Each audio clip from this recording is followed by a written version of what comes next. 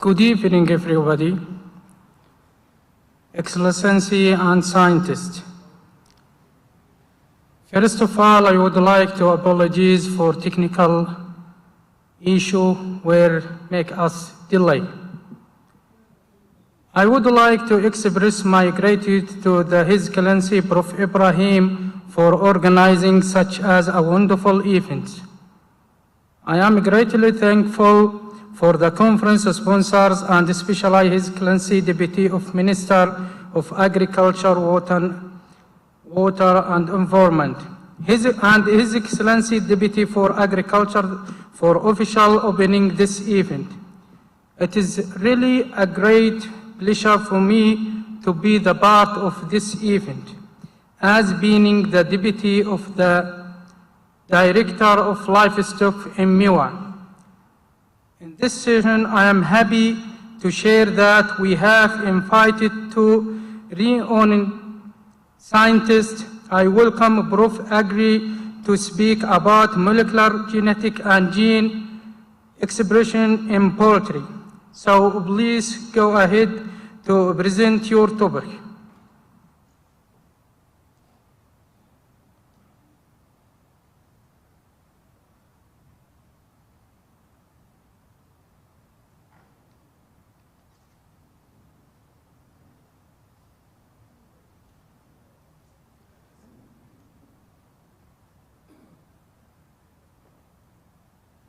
Good evening and greetings from the United States. Thank you very much for inviting me to this meeting. This is the first time being in this region or being in Saudi Arabia, so I was looking forward to this talk. First, I'll give you some little background about myself. I got a PhD in population and quantitative genetics, and the reason why I state my background is I have evolved into too many research areas, so I'm sometimes mistaken for a nutritionist or something else, but at the core of it, I'm a geneticist. And did postdoc in molecular biology. My research areas are basically in nutrigenomics, which takes about 60% of my time, and also quantitative genetics, which takes about 40% of my time. And I teach population genetics and quantitative genetics at a graduate level, but on a graduate level, I teach poultry breeding. My current research areas, collaborating with Cairo University in water intake utilization in chicken, and also genomics of stressors, heat, and Amino species. But for today, I'll be speaking on mostly heat stress. My general objective about heat stress is relatively very simple. So many great works have been done on the heat stress.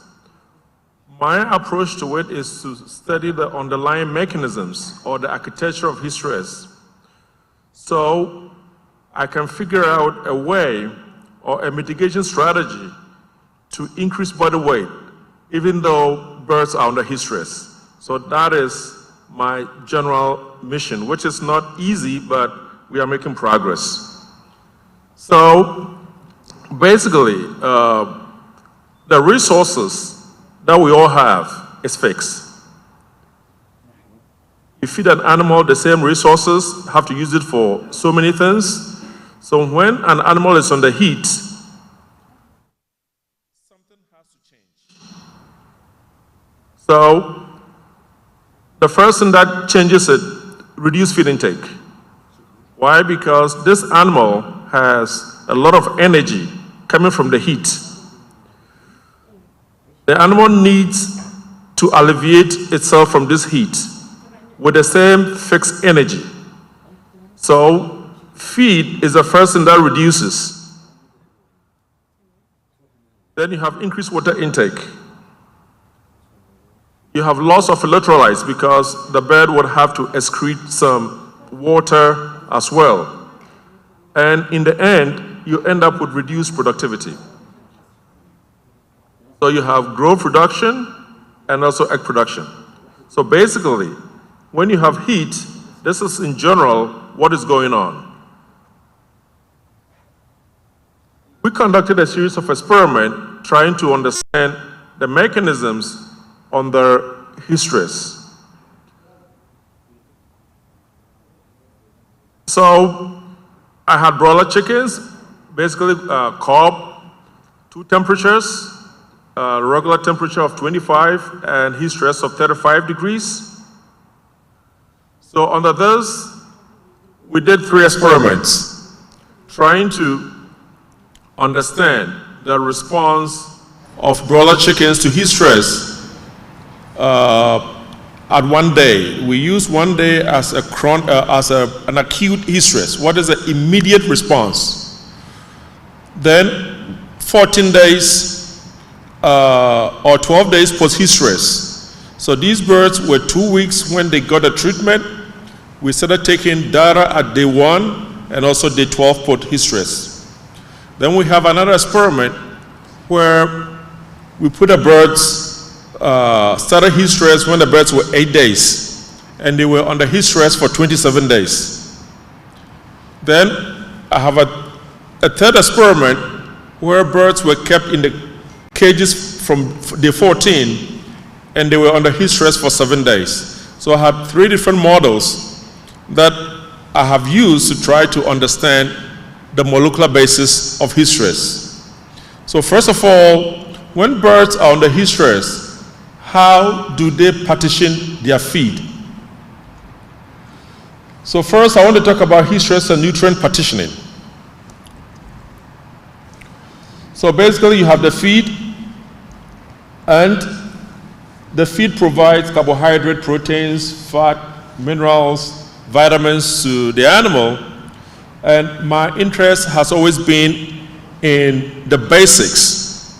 So the feed that you have will translate into the energy for the birds, sugars, amino acid, fatty acid, micronutrients, antioxidants. So these are all going to be found in the feed. And my interest basically is to understand how the dynamics of these components of the feeds are. So I'll show you a table here. If you look at my first experiment, we have control barrels, birds under heat stress, feed intake was reduced. Then we want to partition the nutrient into protein and fat. You look at protein intake reduced, fat intake reduced. Now we looked at digestibility. There was no difference in digestibility of both protein and fat when birds are put under heat stress. Now we want to look at the protein retained and fat retained. Because these are factors of feed intake, you realize that more protein is retained in the control birds, more fat is retained. However, if you look at nutrient incorporation into growth, you will see that the heat stress birds are more efficient in incorporating protein and fat into growth. These are low numbers, so 2 points becomes very significant.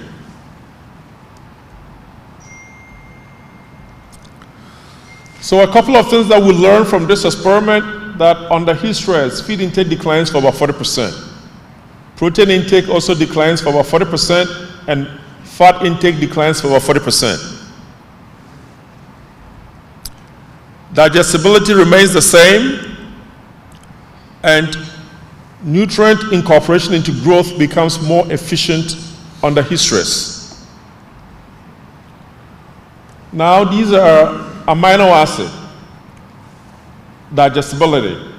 If you look at this, I just picked up the essential amino acids.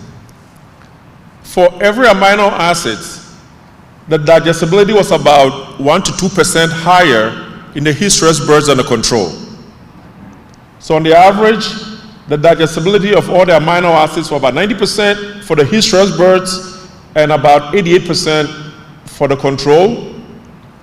Now you look at the percentage of amino acid incorporated into body weight gain, on the average, is about 8%. But if you look at cysteine, it's about 12%. And this is what strikes you. Why is the average about 8% and cysteine 50% higher than the average? Does cysteine have any significant use on the hysteres? Personally, I believe cysteine is not an essential amino acid, but I believe that on the hysteres, it becomes a conditional essential amino acid. So basically, this is the lumen of the intestines. And in the lumen, you have all the amino acids, sugars, carbohydrate, fatty acid that are broken down have to move through the enterocytes into the bloodstream. So the big blue things you have is what we call transporters. So you have several nutrient transporters that has to carry the nutrients from the intestinal lumen across to the blood. So we looked at some of these transporters and how they are affected by hysteres. So on the 1 day post-hysteres, we call that acute hysteres. So we have the blue to represent the control, and we have the red to represent the hysteres birds. As you can see, fatty acid binding protein and sodium, the first two transporters for lipids. And if you look at these transporters, they are significantly reduced when birds are on the hysteres. Now we have sugar transporters, SGLT1, GLUT1, GLUT5, GLUT10. Besides the sodium graded transporter, all the GLUTs didn't change. The last two transporters are transportation of amino acid, and you see that the expression of PEP-T1 was significantly reduced under hysteres. Now, what happens under chronic hysteres? The data that I showed was acute hysteres. Now we have chronic hysteres, and we have different sets of molecular transporters that are affected under long-term stress, particularly if you look at GLUT5 and PEP-T1. However, you see that PEP-T1 and GLUT5 were significantly upregulated, but PEP-T2 was downregulated on the hysteres. So when you subject birds to hysteres, you have all these changes occurring because the bird has to adjust to the new situation. So basically, chronic hysteres changes fat and sugar metabolism via the expression of GLUT5. And bioavailability of dietary cysteine could be extremely important. And this is an experiment that I plan to do in the future. I know the mechanism, but I haven't proven it yet. How cysteine is involved to mitigate the negative effects of hysteres. Then we have reduction in nutrient intake.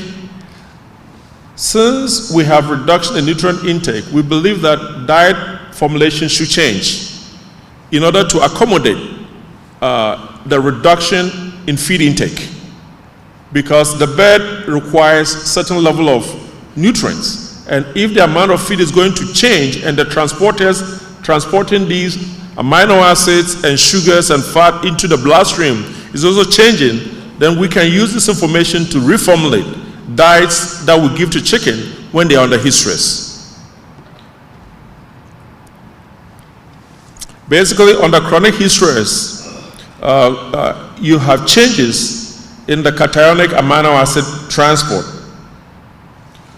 And the question is, can we increase the protogenic amino acids?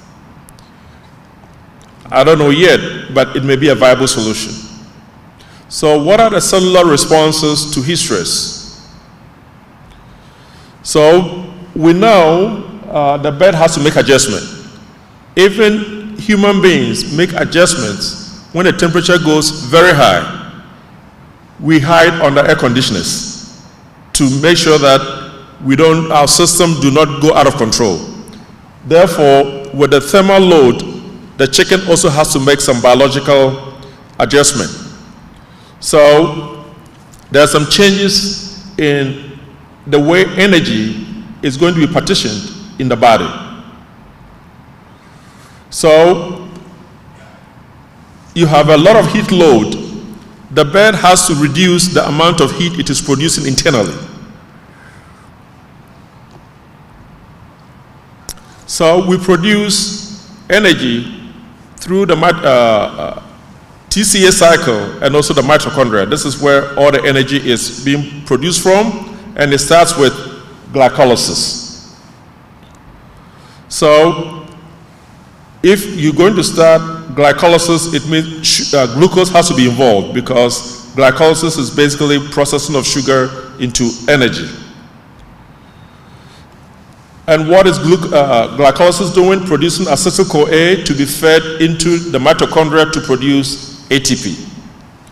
So under heat stress, glycolysis is significantly reduced because already the bed is suffering from a heat load, so it doesn't have to necessarily produce a lot of internal energy.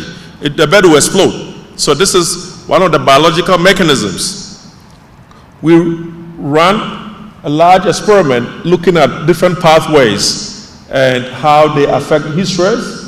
So we had birds in the starter phase, in the grower phase, and in the finisher phase. And as you can see, when you see red, it means the pathway is upregulated. When you see green, it means the pathway is downregulated. When you see black, it means there was no change. Normally, with birds at the starting age, already we brood them, so they are used to high temperatures. So heat stress doesn't affect chicks that much, but they very much affect big birds, grower phase. So most of the significant reduction, if you look at oxidative phosphorylation at the very bottom, the TCA cycle, cell cycle, glycogenesis, these are pathways that are significantly reduced under heat stress. If you go up, you see autophagy, RNA transport, lysosome, ubiquitin-mediated pathway. These are pathways that are related to protein breakdown and protein breakdown. So most of the pathways associated with protein breakdown are all upregulated.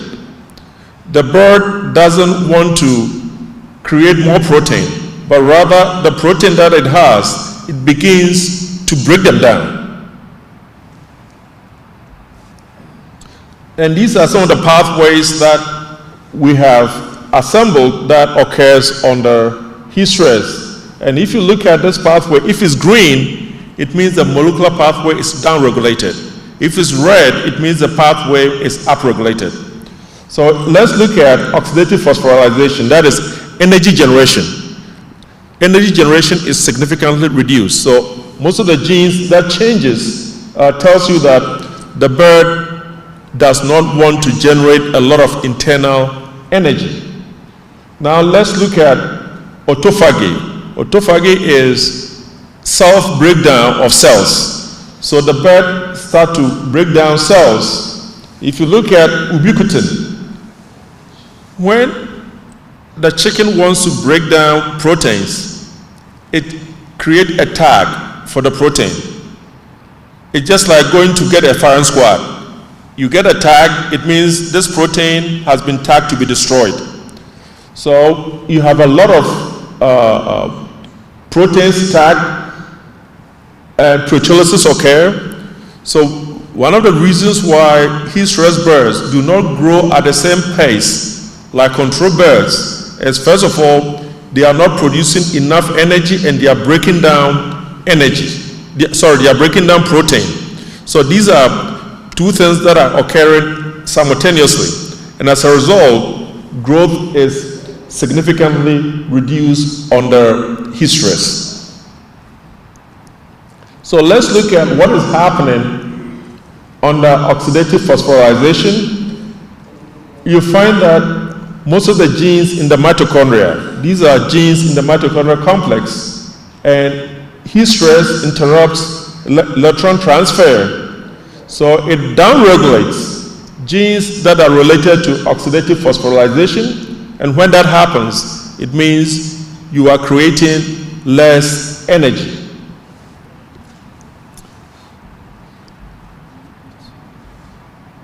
So you have slow electron transport activity. So when you have this happening, you have increase in electron leakage. Okay, so you have about 2 to 4% leakage. So when you have leakage, it combines with reactive oxygen, and you have ROS, reactive oxygen species. So under heat stress, you have reduced energy. The reduced energy reduce electron transfer through the mitochondria and giving you increased ROS. Increased ROS means you have oxidative stress. Okay, so these are the underlying mechanism. ROS causes oxidative stress. So under heat stress, we need to find a way to reduce oxidative stress.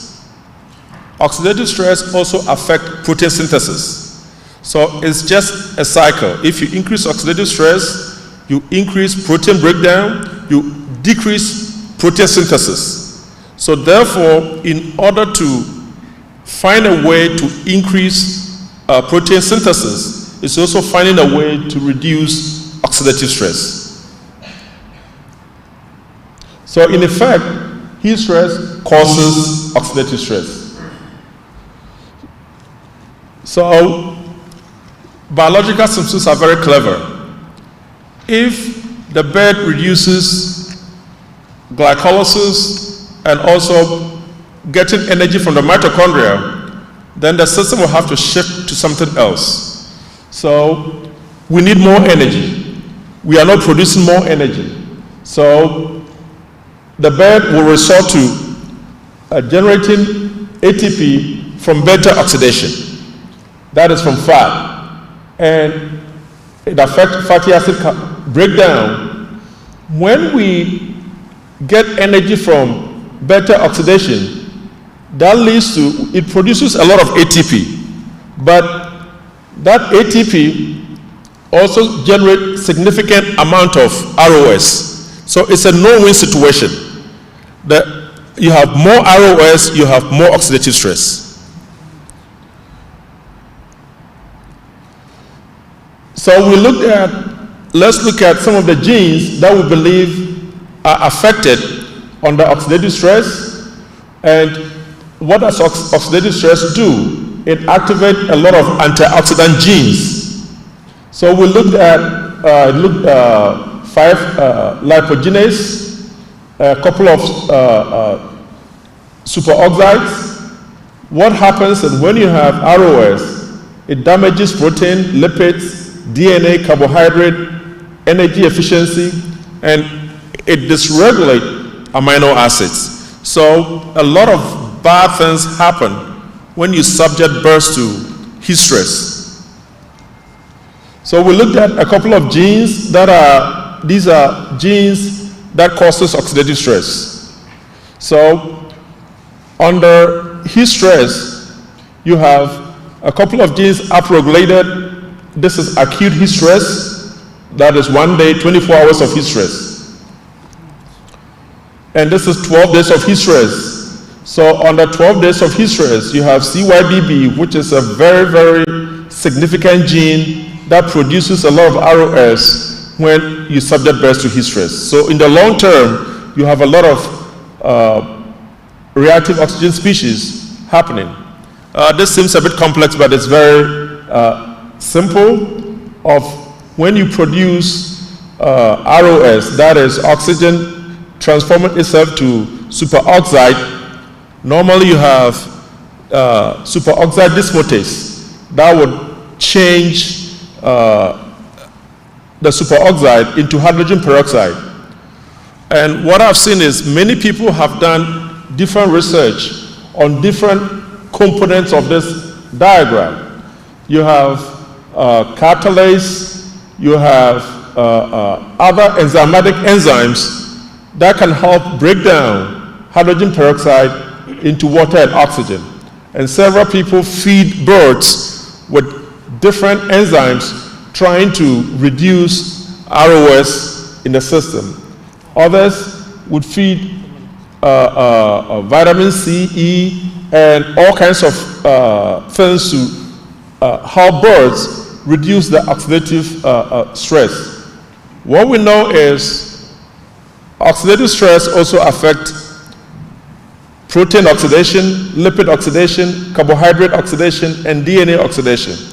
And in chickens, it means that if you have protein oxidation and lipid oxidation, that should tell you that heat stress will affect meat quality.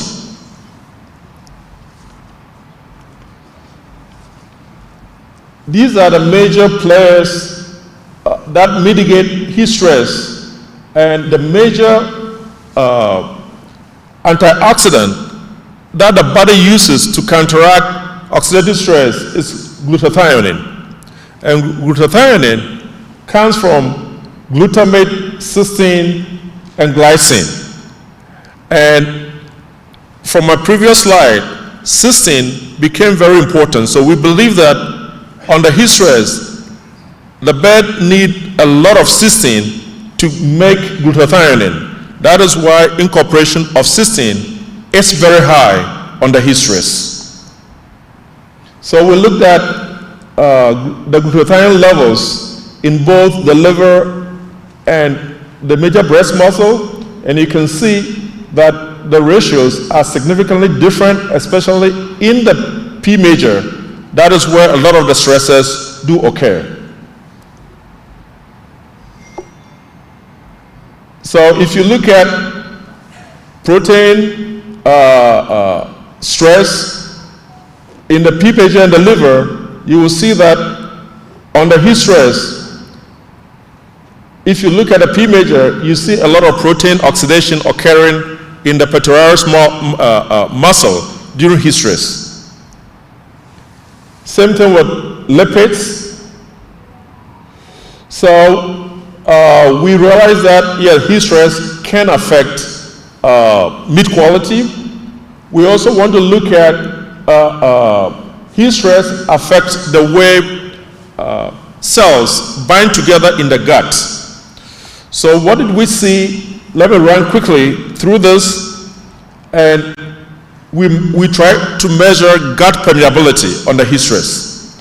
So if you look at figure A, it tells you the permeability on the normal condition and on the heat stress. And as you can see, on the heat stress, gut permeability significantly increases. So which means that you may have a lot of bacteria, viruses, moving from the gut to the bloodstream, providing infection. Some genes that control the system, you have changes in gene expression of genes controlling gut permeability. And these are some of oxidative stress and immune genes that are affected during heat stress. So clearly showing that under heat stress, immunity is also affected, because we can show it on the molecular level that changes in immune-related genes when birds are under heat stress. The last thing I want to touch about is protein biosynthesis.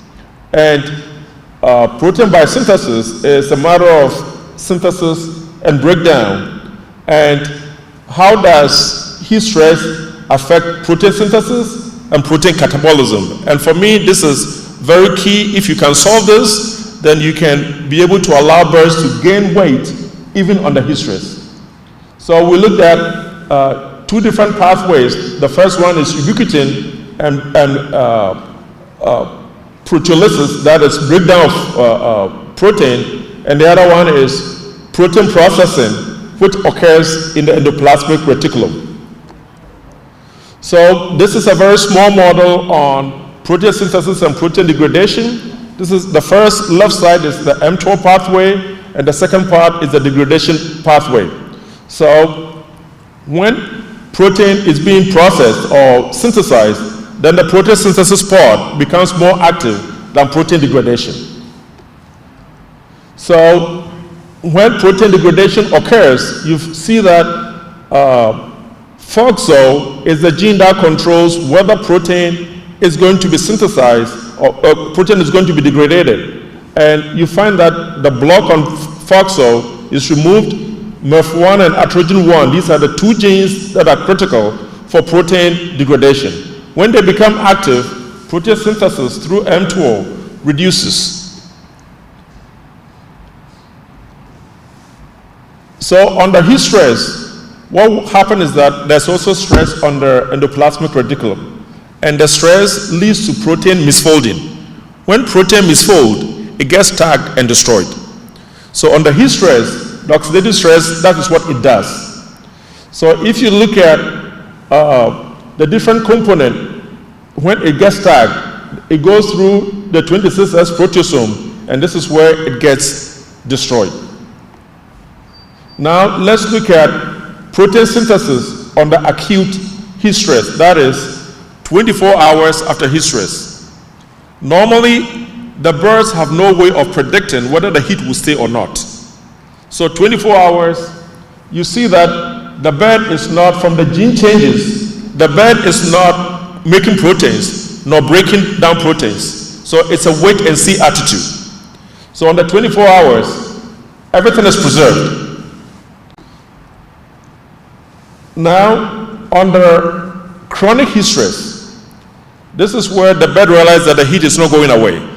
So it begins to stop or reduce protein synthesis and significantly start to increase protein degradation. So the genes involved in protein degradations are all upregulated. So basically, in conclusion, birds make adjustment to heat stress by changes in the glucose metabolism. Heat stress also leads to gut permeability, inflammation. We have changes in the digestibility and nutrients. Major component is cysteine, and we have carbohydrate oxidation, protein oxidation, DNA oxidation. And we also know that oxidative stress reduces protein translation. So part of the conundrum we have is how do we reduce protein catabolism and increase protein synthesis on the reduced feed intake under heat stress? And we believe that it's a question that we all have to answer. Can we do it? And in this region, it's very important because heat stress is very endemic. And the key is how to reduce phosphorylation of a key gene, that is EIF2B. If we are able to reduce the energy of phosphorylation of this gene, we'll be able to restore part of protein synthesis. And that is my focus for the next couple of years, how to figure out how to stop the action of that particular gene. So my central hypothesis is trying to reduce the phosphorylation of EIF2B, and if we're able to do that, then we'll be able to, in a way, improve protein synthesis under heat stress. I would end here and ask for any questions.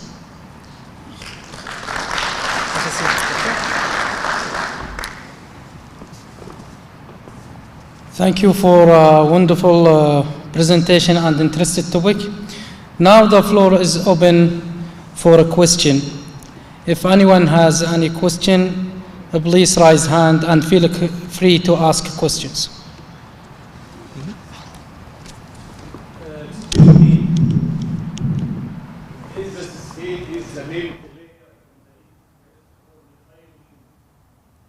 Methionine is not a player in heat stress. I spent about $300,000 researching into methionine and heat stress. No effect. The route methionine goes to homocysteine. Homocysteine goes through the transsulfuration pathway before it makes cysteine. So that's a very long route, and homocysteine can go back to methionine or go down in the transsulfuration pathway. So my next step is to research into cysteine and not homocysteine. Don't waste your money because I've been there.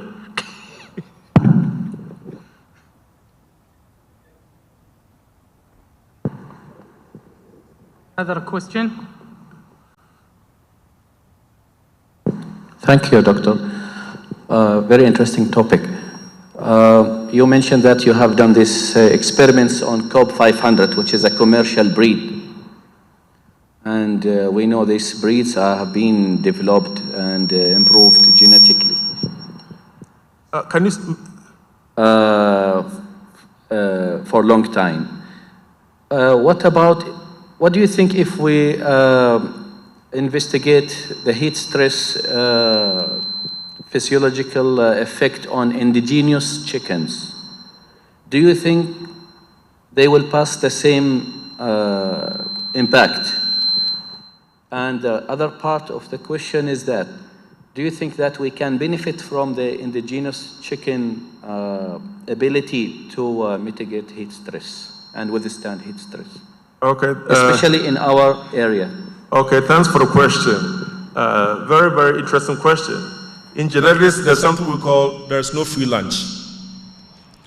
The reason why heat stress does not affect indigenous birds the same way like commercial birds. If you go to Africa, Asia, everywhere in the world, the indigenous birds that are not improved can tolerate heat better than commercial birds. Animals or biological entities have fixed resources. All the commercial birds used to look like indigenous birds with different components of internal energy goes into disease resistance, heat resistance, reproduction, and everything. But through commercial breeding, what we did was we decided to shift resources. So the resources that the indigenous birds have that allows them to protect themselves against heat stress has been shifted into production in the commercial birds. And also for disease, lack of disease resistance. The commercial birds cannot withstand some local diseases. So commercial birds, we use disease control. Local birds, they have the resources. So that is why they also don't grow fast. Because it's either you put it here or you put it here. So the local birds have decided that we're going to put it to tolerate heat stress and disease. The commercial birds have decided that we're going to put it in production and we can't protect ourselves. So there's a happy medium. So if you have to improve the local birds, you have to make a balance between heat, disease, and performance. So which means that you cannot improve it to the level of the commercial birds. Because as soon as you go to that route, they will lose their protection. So you have to have a delicate balance as to where they should be. And that is probably another level of science that we have to get into to figure out exactly where we need to improve the local birds to, so they don't lose their protection, and also to be able to give us a bit more production. Dr. Hidayl? Thank you very much. It's an excellent presentation. Actually, you've been through so many beautiful experiments. My question is, I mean, to mitigate the heat stress, would it be easier to replace some of the carbohydrate with fat, with lower heat increments?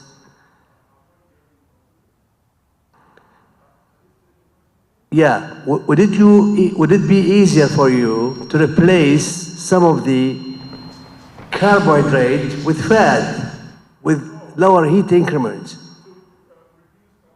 the heat stress. No. Going to make it worse. No. With lower heat increment, the fat wouldn't be make it more stress. No, it's the opposite. No, you mean that under heat stress, we should feed more fat than... Replace some of the carbohydrate sources with the fat sources. Replace... That's what we do in the hot season. No, replace carbohydrate with fat? Yes. Okay. If you replace carbohydrate with fat, then the bird would still reduce feed intake. Okay? With fat, you would increase beta oxidation. Okay? When you have increased beta oxidation, you have significantly increased reactive oxygen species, ROS. Okay? And when you have significantly increased ROS, it means you're going to have a lot of protein misfolding. And when you have protein misfolding, the protein is going to be tagged for destruction. So it will probably rather make the situation much worse. My personal recommendation is trying to go low protein, a little bit of low fat, but increase the amino acid content. Cysteine and some few amino acid, or there are some few experiments that I've done that are not concluded yet, so that is why they are not on the slides. But if you have powerful antioxidants, they are able to restore part of the protein loss. But because these are just experimentation, I don't want to put a slide on there because it's only one experiment, one small experiment that I did, but there are some molecules that you can use to significantly reduce the oxidative stress. And for me, that is the key. No, reduce protein, but you can balance the amino acid in a way that is not going to affect the bird. So you can change the amino acid manipulation would reduce protein because the feed is going to have reduced energy. So the bird probably can eat more. Thank you. Well, you have to try it first. And if it works, then you work out the price. Okay.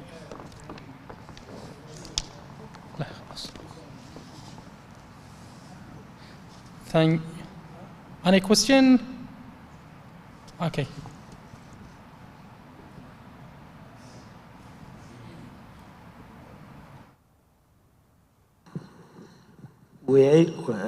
I'd like to express my appreciation for nice and good presentation, but yet you have lost us in some way because we are not specialized in all of these pathways and so on so much.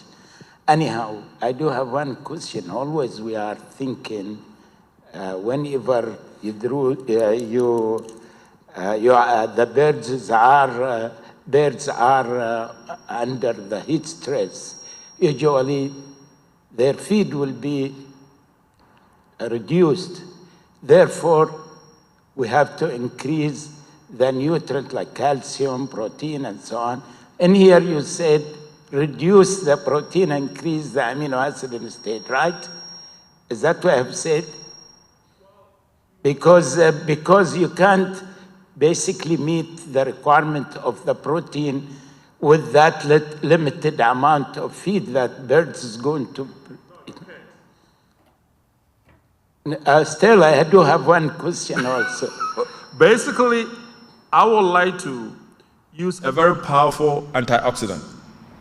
There are so many antioxidants in spices. So if you go into the literature, a lot of work has been done with spices. If you look at spices, spices are nutrients that always have to be eaten in small quantities.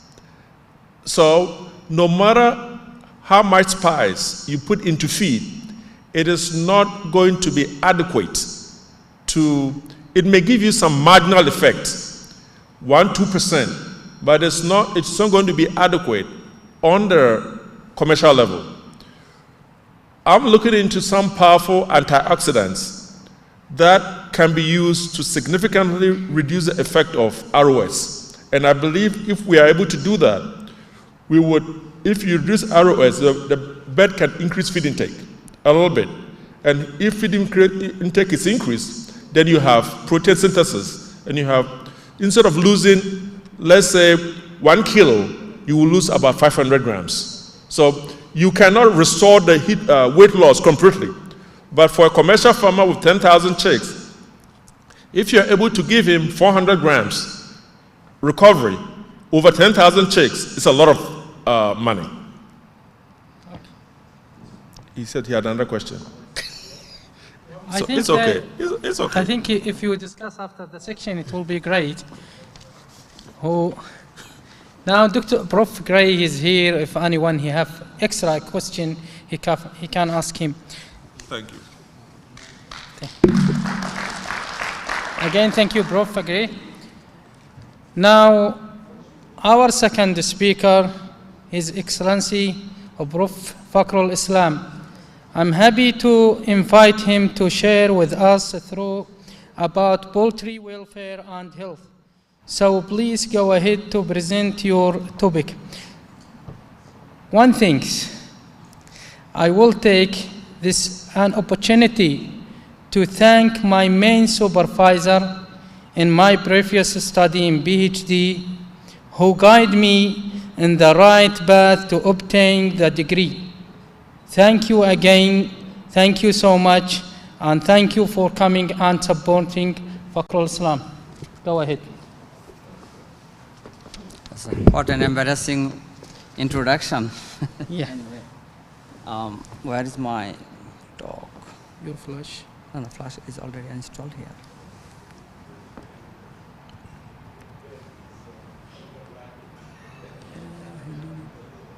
I don't know, where is it? The gentleman is coming.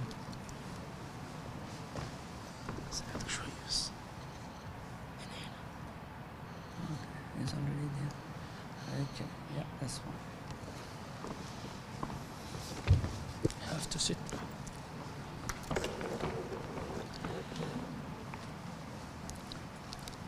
Good evening.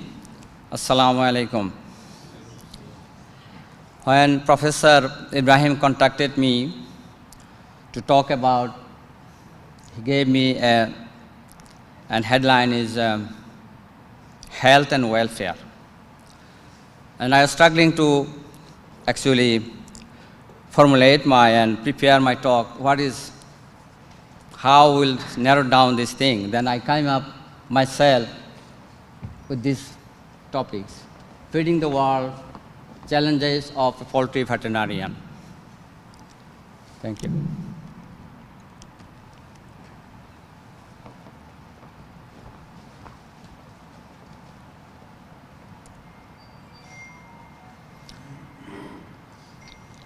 Can we feed the world?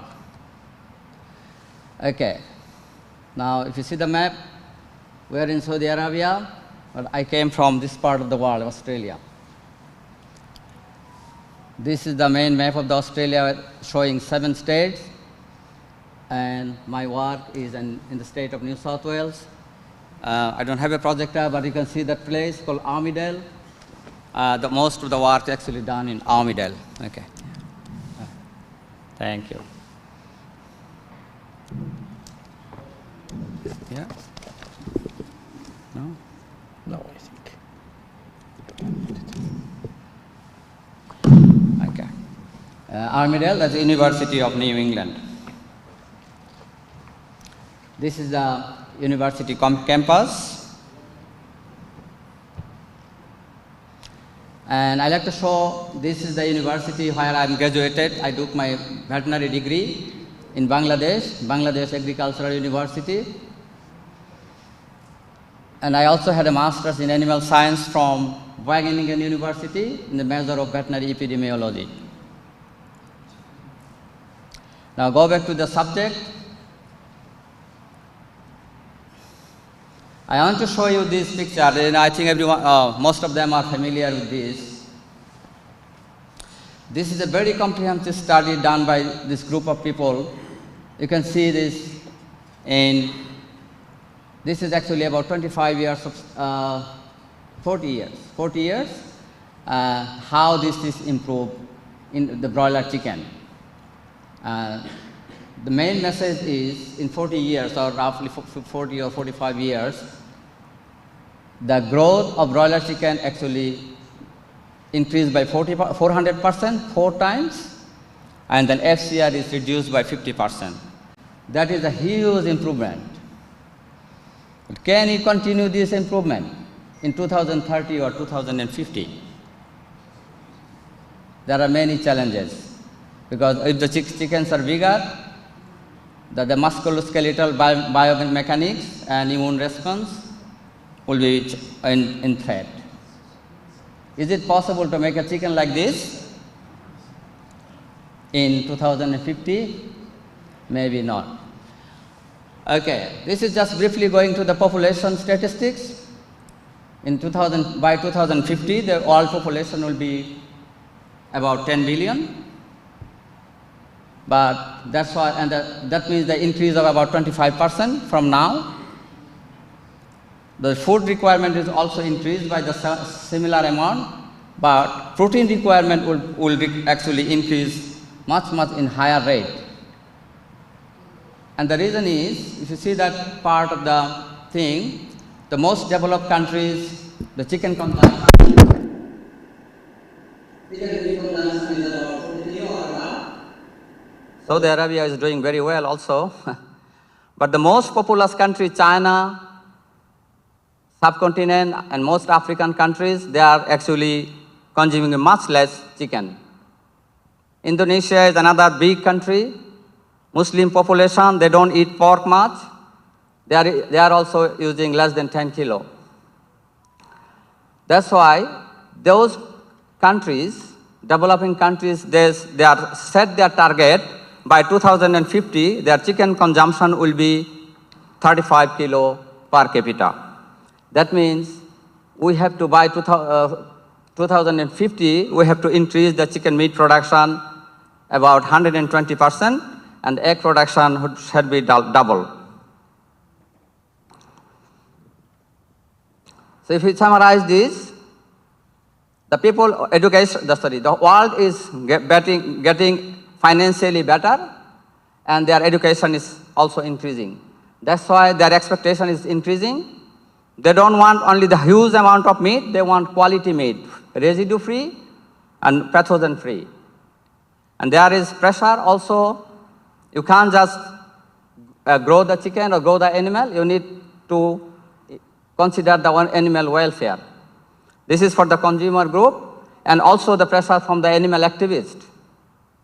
That's why the role of the animal health workers are becoming more and more challenging. Which one you like? And also there are other issues we have to deal with. Then I came out to this triangle here, the 3-dimensional pressure. Pressure from production, we have to increase the production, and we have to increase the quality, food quality in this side, and then we have to increase the animal welfare. Is that possible? Can we withstand this pressure? Now I will go to briefly I will go to some of the health issues, specific health issues chicken are facing during their production cycle. I will classify, the one is called gut health or GI tract health. And I will just talk about some few immunosuppressive diseases, and there are some lead-based problems. For welfare issue, I will talk about the shed ammonia and litter quality. This Wickramasuriya, they published a paper just recently. This summarized this gut health in three aspects, like parasitic, viral, and bacterial. And all this list, I will just remind you this thing briefly. This is the coccidiosis, everyone knows. This is the I'd like to remind this paper actually published from UK in 2020. This disease alone is causing 99 million pounds in the UK alone and over 10 billion pounds worldwide. And as you know, there are seven, 8 species of Anemia. They infect intestine and they cause hemorrhage and the damage. But the good for diagnosis or for pathological diagnosis, each species have tropism, intestinal tropism. I think this is also a familiar picture for the animal health worker or veterinarian.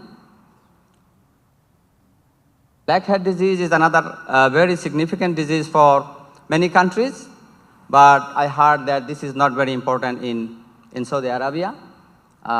This is another protozoal disease called necrosis to the liver and spleen. But this disease is transmitted that is through a parasite, nematode parasite called Heterochis gallinarum.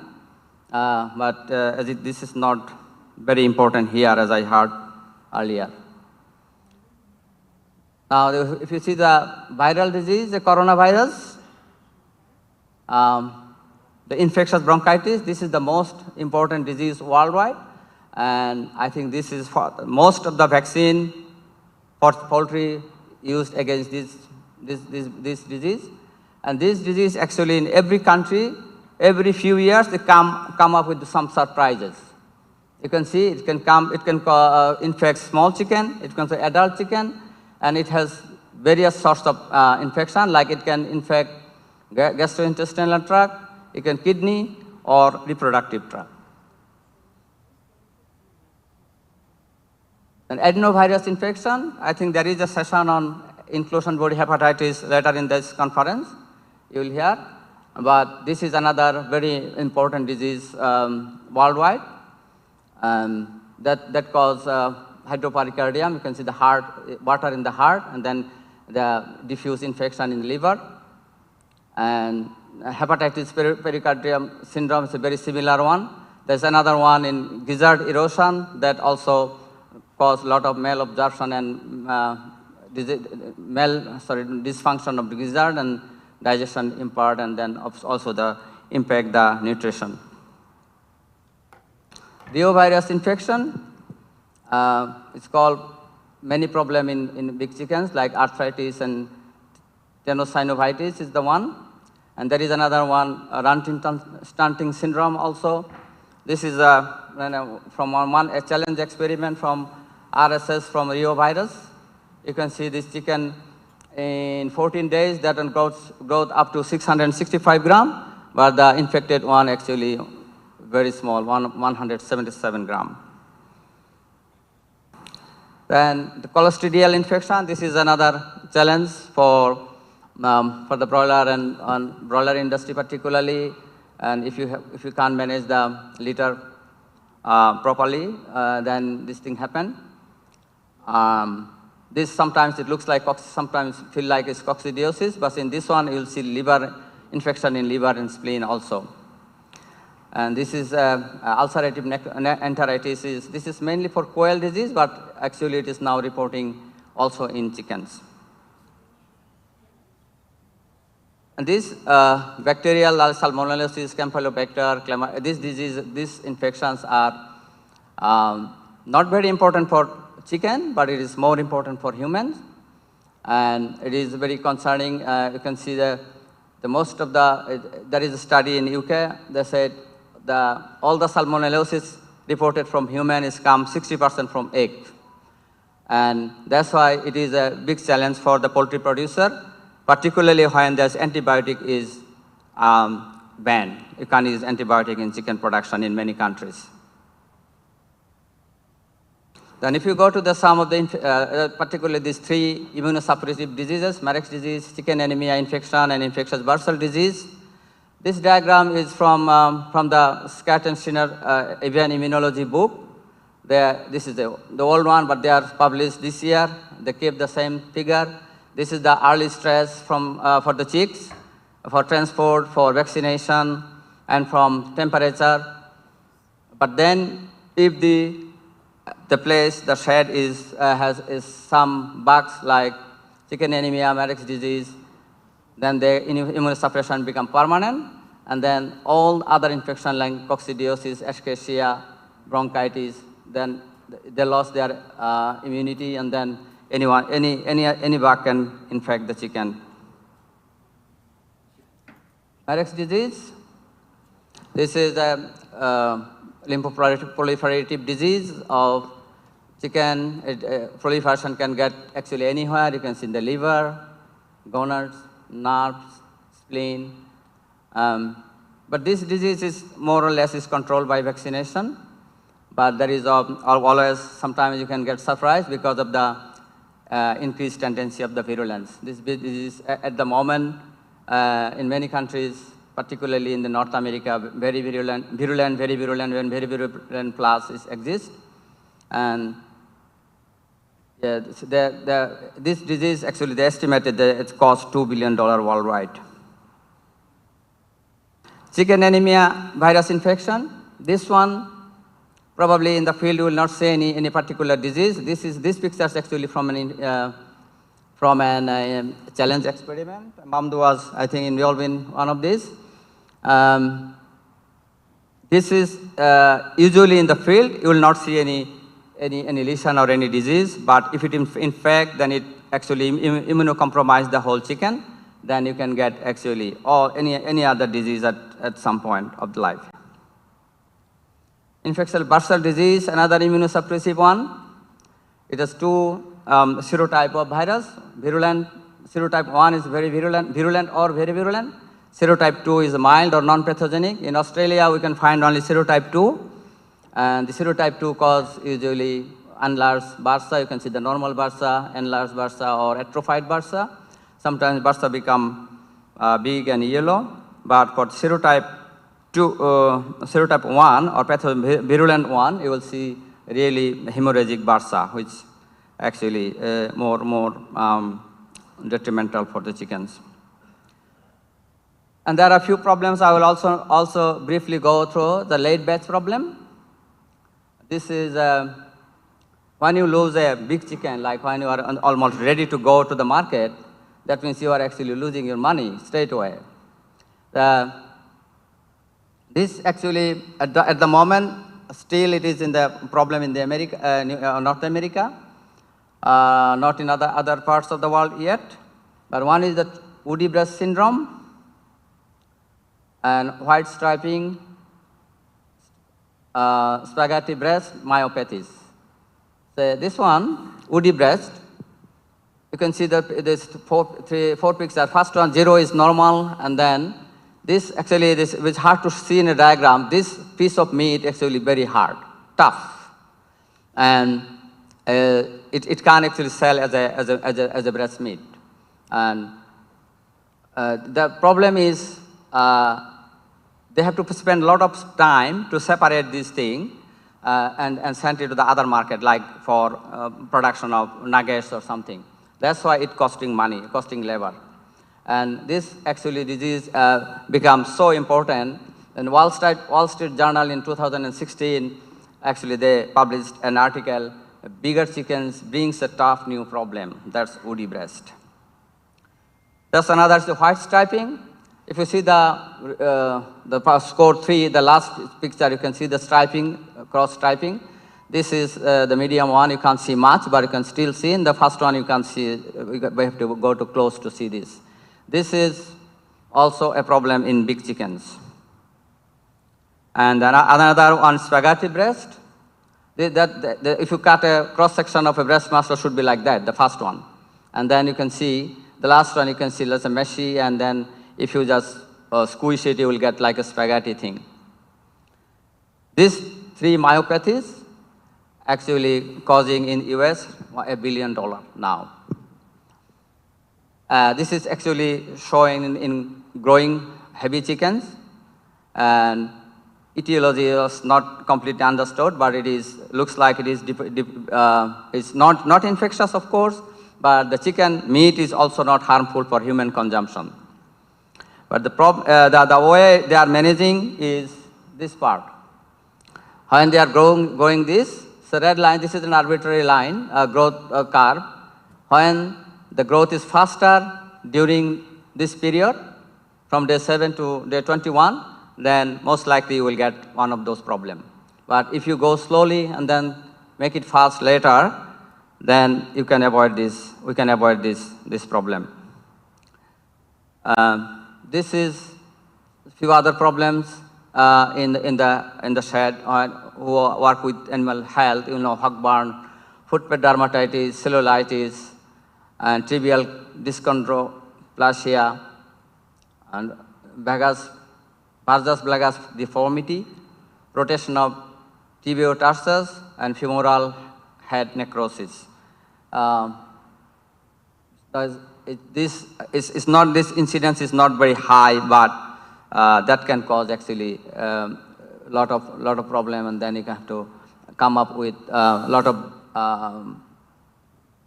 carcass disposal, or what is this called, euthanasia of chicken. I'd like to just discuss one paper that it came to my attention. This study is done in Switzerland and United Kingdom. They put lots of camera in the shed, and they are analyzing this thing using a software. They're analyzing the optical flow analysis of the movement of the chicken.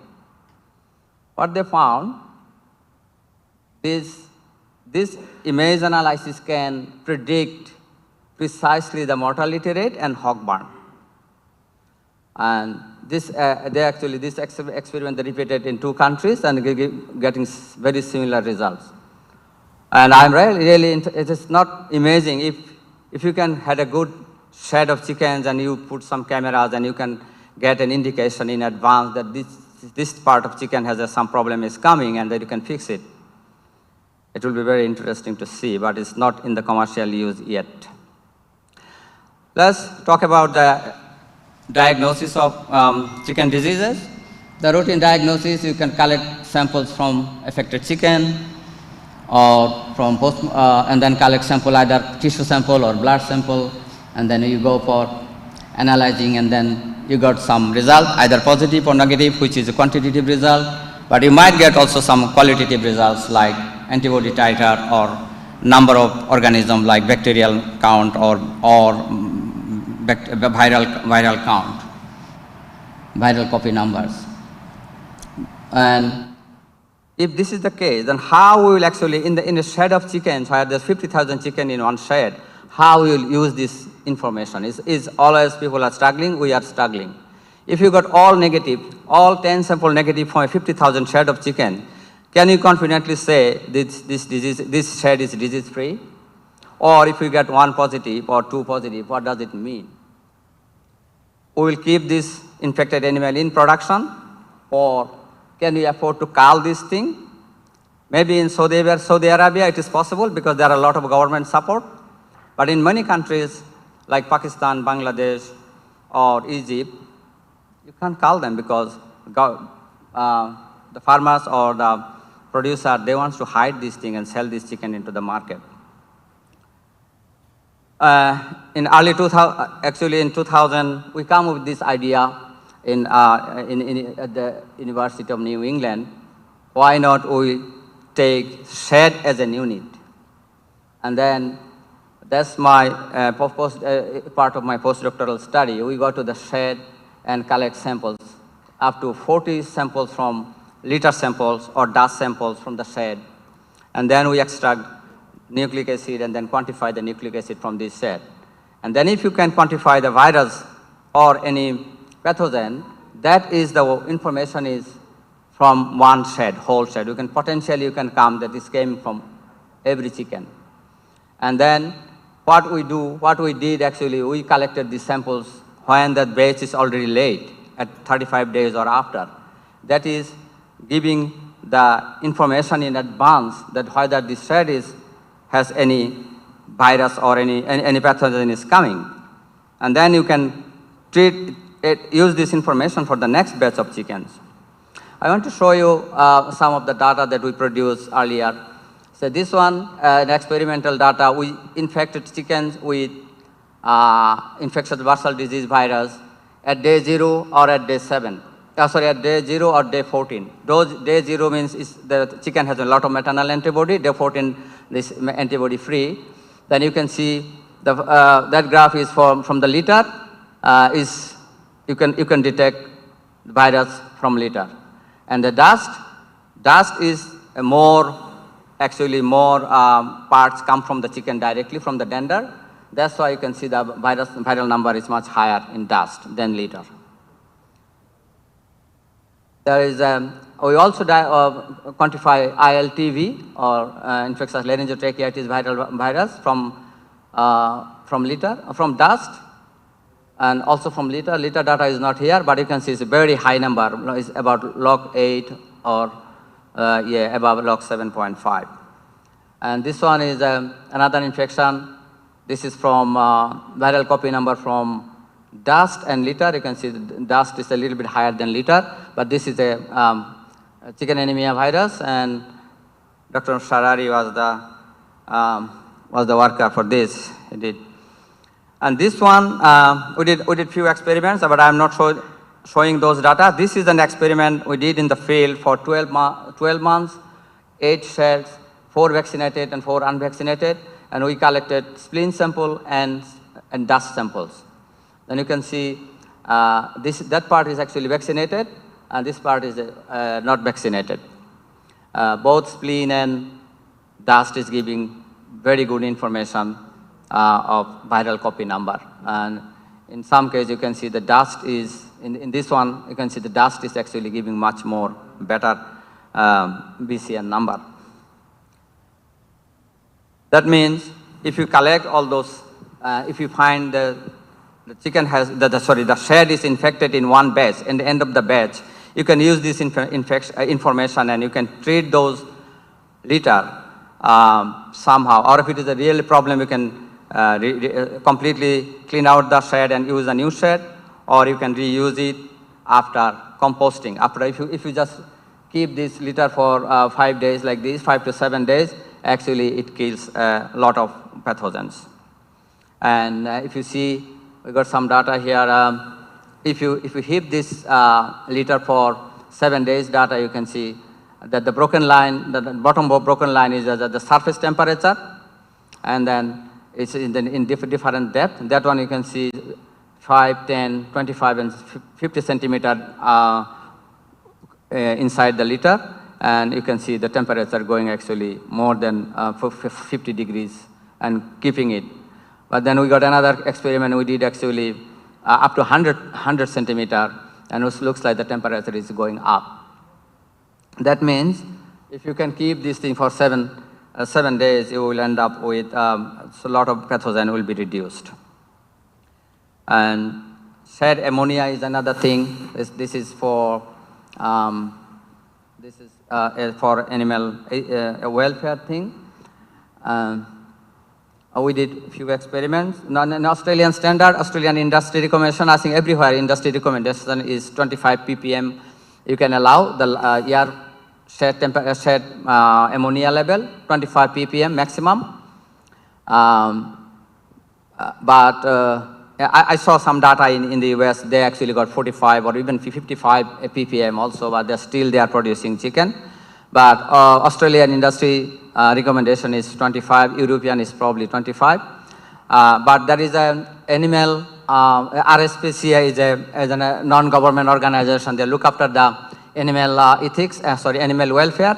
Their recommendation, you like to get a certification from RSPCA, then you have to be 15 per ppm or less. And then people are saying 25 is good enough. But this experiment is done actually very recently they published in Canadian Poultry. If there is a choice, chicken wants to stay actually below 11 ppm. That means, as we are saying 25, because actually chicken doesn't like 25. Oops. This is the data for ammonia level. If you can see, it goes up to at about 3 weeks, it is the peak, and then it doesn't go peak, because you can see these two arrows actually pick up. At that point, 20% chicken actually removed from the shed for slaughter, and then the second pickup is at the second arrow. That's why this chicken number goes down, and then ammonia goes down. Then we also did a study in height, say how ammonia, is there any impact of height? And if you see the orange color one, the 5 centimeter is actually, you can see that actually ammonia level goes really up. But if you go higher, like chicken level is 30 centimeter, is okay, it's going down. And then human level is 150 centimeter is going down, is about still less than 12 ppm, which is actually more acceptable. And I'm sure in Saudi Arabia or in this region, because of the dry litter, you can maintain the dry litter, you can keep the ammonia level very, very low. Let's talk about a bit of vaccine and vaccination. We are losing antibiotic for the chicken, but still vaccine is allowed, and vaccination done at day old or in various ways, like spray vaccination is one we do in day old, and also in adult chicken. And injection, subcutaneous injection, still some people use it, some small scale people, because it is too tedious to vaccinate. But also in ovo vaccination is another one, vaccinated before 2 to 3 days before hatch, which is giving you much more increased time to get immunity before the pathogen infect things. But the strategy is in many countries, Europe and Australia is doing the blanket. What do you do? Is it you need to blanket vaccination? You like to every chicken vaccinate, or the strategic vaccination? In some countries, I know there is they try to vaccinate every chicken, but in Australia, we are actually moving towards the strategic vaccination. If there is a problem, or there is a potential problem, then you vaccinate. Otherwise, you don't vaccinate. And for Marek disease, it's actually practicing for many years now. They are also trying for CAB and ILT and some other viral diseases. There's one thing I think whether the vaccine is homologous and heterologous, that is very, very important. You will see sometimes the vaccine is not working, because every chicken is vaccinated at day old, because their mom or their parents are also vaccinated with the same vaccine. That means you are actually neutralizing the maternal antibody, then you will not get protection at the end. And that's why then we said it's a vaccine failure. Actually, it's not the vaccine failure, it is the type choosing of the vaccine. If we have to choose the same vaccine, because some countries I know that they don't have various vaccine for a particular disease from various strain, then probably you have to vaccinate later, not at day old. The vaccination failure is a thing, as a vet or as a health worker, we always sometimes we will hear. The reason is, I think the most of the time it is improper vaccination. This one, Isabel Gemeno, this one they did a big experiment. You can see this top graph. They did 10 repeated experiment with the Marek's disease. This one, they dilute the vaccine and immediately took a sample. That's the blue line, and the red line is dilute the vaccine and keep rotating, and then took the sample 60 minutes, after 60 minutes. And other black one, actually, they mixed the vaccine and leave it there, no mixing, and they took the sample after 60 minutes. And then you can see the PFU dose, when it is fresh, just immediately after dilution is good. And then after 1 hour, if you keep rotating, is still okay. It's a little bit down, but still okay. But if you don't rotate it, you will not get any vaccination. And then they actually said after 60 minutes, this is the reduction. The red line is the reduction. And they did 3 studies, the 0, 30 minutes, and 60 minutes. Then they suggested to finish the vaccination. Once you diluted any vaccine, try to finish it within 30 minutes if you can, but not more than 60 minutes. And you have to actually keep rotating the vaccine vials. These are the popular marketing slogan in in chicken industry, and I saw already one in the expo. There's free range or no case, and this is in America. They use this 2-1, first 2-1, raised without antibiotic or no antibiotic ever, and other people use antibiotic free or residue free or chemical free and free range. This thing. This is the challenges coming from the consumer, whether we can raise chicken without antibiotic or not. To actually keep the chicken without infection or without bacterial infection, we have to keep strong biosecurity, of course, and the most important, you have to keep very healthy internal environment. People usually use the strong biosecurity. They will not allow any infection from inside, but they don't think about their internal environment. That is also very important.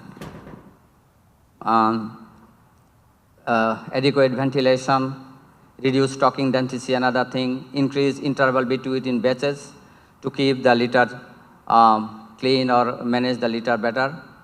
And this is has to be done. All these things, if you do, that means increased cost. Then who will pay the cost?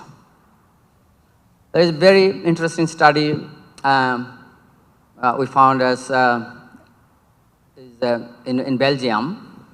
They actually, this is a survey from consumer group and producer group. And they found very interesting result. If you see the consumer group is saying animal welfare in production unit is problematic. But producer group saying no, it's not a problem. Outdoor consumer group says outdoor access increases animal welfare. But the producer says outdoor access doesn't increase animal welfare.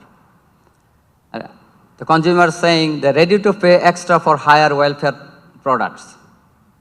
But the consumers say, no, they are not. They don't want to pay extra. The one thing they are very, both groups are very much in line, because say imported productions are not welfare friendly. They actually compare with the Brazilian chicken production. The consumer said no, Brazilian production system is not welfare friendly. Also the producer they're saying no, they are not welfare friendly at all. But then there is a bit of things, this we can see. The consumer saying we are ready to pay, but the consumer said, producer said no. Consumer is actually not ready to pay. That's why you have to make a balance. You have to actually, probably you have to introduce this thing slowly and then pass the cost to the producer. The biosecurity, I think I should just talk a few words about the biosecurity. This is a very common picture. Everyone knows this. And everyone wants to keep their chicken healthy without infection or without infection from outside. But I want to show you this picture. This is a part of New South Wales. This is, you can see, only 2.5 kilometer square. You can see about 10 farms there. There are various size, small, big, and this you can see that this is this Wiseman Ferry Road. This is the main road. All the supplies actually go from this main road to the farms, and then supply also goes up from the same road, because this is there is no access to other side. Now question is, say, if everyone wants to keep their chicken farm biosecure, and then after production, if you go like this, where is the biosecurity? That's why you have to come with some sorts of regulation or something, but to combat this thing. But to say this, I say that just mentioning here the biosecurity types is it starts from the shed and then farm, regional, national, international, and biosecurity and business. This is the concept that we actually develop in the University of New England. When we are offering animal biosecurity course, we are inviting business people like MBA or BBA people to take this, one of the course of this, because they are dealing with importing all those animal products importing and exporting, but they don't know anything about biosecurity. But for our chicken, it has to be, of course, animal specific. For broiler, layer, breeder, it will be different sorts of biosecurity.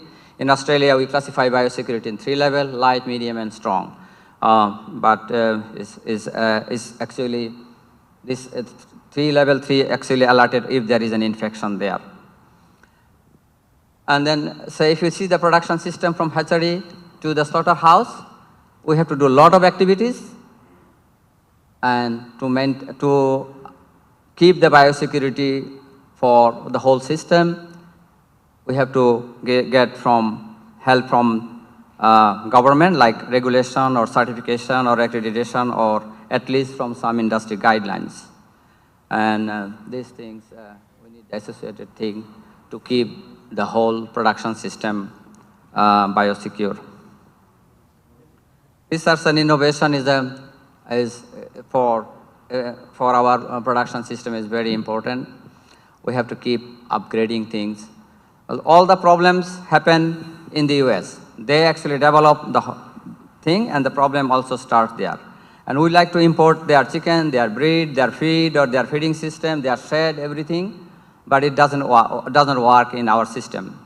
And why it's not work? Because we like to do the things they are doing in their condition. And that's why we need local research. Usually, probably problem-oriented research, start from the industry people, what are the problems, and discuss with academics and scientists, formulate the research question, and probably come with the kind of non-experimental research, because your problem is not the unique problem. Someone in the world faced this problem, and you can find how they solve this problem. And then you can do some experiment in your own, and then you can solve the problem. And then we want to see the research product, like your question answered, our infrastructure developed, and expertise developed. If you got the answer in another country, you can implement their thing, because you don't have the expertise and you don't have the infrastructure. Now I like to summarize with this slide here. The challenges that we got, we have to produce more and more food, more and more chicken, and we have to produce quality chicken. But we have to maintain animal welfare also. Then what are the actions we can take in different stages? We have to develop a routine monitoring, early prediction of disease, and then strategic vaccination. We have to keep our biosecurity strong. And then another thing, we need disease reporting. There is usually in the farm, if there is a disease, they don't like to report it. They like to keep this thing hide. But there should be a regulation. If you don't report it, then I don't know how, but that is in Australia, it's very strong. And emergency preparedness from national level, regional level, or for your own farm. And then you can all this with the local research. The local research will develop infrastructure, and we can use the cutting edge technology following research in the local system. That way we can reduce the cost of the production, I can report is safe food and happy chickens. Thank you very much. This is the acknowledgement our team at the UNE. Thank you. Thank you again for the wonderful presentation and interesting topic. Now the floor is open for the question. Anyone has a question, please raise your hand and feel free to ask the question. Firstly, I will ask my supervisor questions. As you mentioned, Fakrul, you have designed the unit called the Biosecurity Unit at University of New England in Australia. And the cases here in Saudi Arabia, we try to find a way to reducing the distance between the farms. Do you think is possible with using a high quality of biosecurity? Say you want to reduce the distance between farm, or what is the distance now, and what do you like to distance? What do you like to reduce? The distance. We did some internal study with our collaborator, one company. we found for Marek's disease is the most important one, most stable one in the environment. If your farm is 3 kilometers away from each, then there is no chance of you getting cross infection. But if it is less than 3 kilometers, what will happen? If you remember that the picture I have shown, that its condition is different, because you will see one farm has, and in between there is a big forest. And then you can probably 300, 400 meters is good enough, because you got a good barrier there. But that's why I think there is no silver bullet, but if you go 3 kilometers and above, it's safe. But below that, if you get good barrier, or I don't know if you can make a fence, solid fence, which is very expensive for, we don't make, we just make no fence, maybe in some farms, you know this thing. But if you can make a big fence, maybe it's good enough. Yeah. But, you know, there is no silver bullet. We can't say, like neighbor, we are, I don't know, if it's a tall wall, maybe you can do it in the next door, who knows? Yeah. Other question?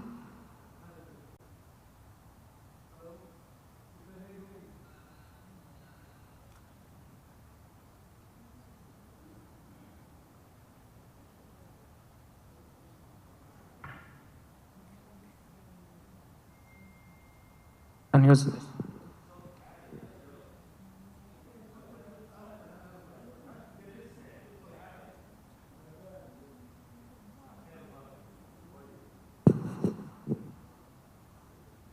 Hello, Doctor. Nice to hear you, actually, but I wanted to believe, but I couldn't believe. You know, the ammonia, it produces from bacteria. Bacteria take resources from carbon from litter and nitrogen from feces. And you mentioned in Australia, you keep the litter for 3 or 4 trial. That means the bacteria is ready to produce ammonia. And impossible you keep, you know, with this kind of condition, you can keep what they call it, the ammonia down to 15. How you can actually manage to keep what they call it, the ammonia to 15 ppm. It depends on you have, you know, minimum ventilation, different weather, you have high temperature, low temperature, you work it in winter time, it will be down and outside, and different, you know, environment, you have to care about it. I want to, you know, to answer this question for me, because it's good for us. Oh, thank you, Professor. You know better than me in this, this one. You know, the bacterial infection you can't control. If there is a person go in, there is a bird goes in, or there is something going, you can't control the bacteria. But for chicken, the experience that we got, actually you don't need a sterile condition to raise chicken. You don't need a sterile condition. But if you just pathogen is there, just it is as it is normally in the litter, you can't keep it. But you know, in the shed that we did actually many studies with litter pasteurization. The big pile, long pile, and the temperature, and then we also, because the surface temperature doesn't go up quickly, we actually ask them to reorganize the pile, like with the machine at day 4 or day 3 or day 4, so that it goes, it kills the bacteria or virus properly. But actually, the thing is, we don't have to kill this bacteria in that virus in that environment. Because this litter is not it's a very bioorganic, as it's a lot of activities going on there. Bacterial, that actually degrade your nucleic acid very quickly.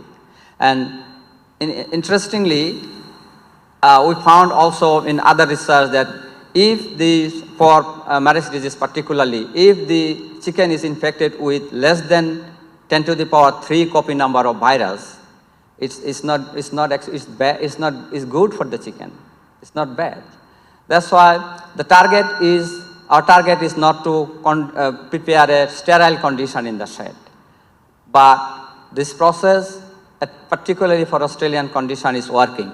Their bacteria is there, viral nucleic acid is still there, but the number is very low, and it's actually better. And we found the growth and FCR is actually in old litter is better than new litter, because you are actually placing your chick with full of maternal antibody into the infected condition straight away. And then in 7 days, they are protecting from the maternal antibody, and then by this time, actually, they are developing their own immunity.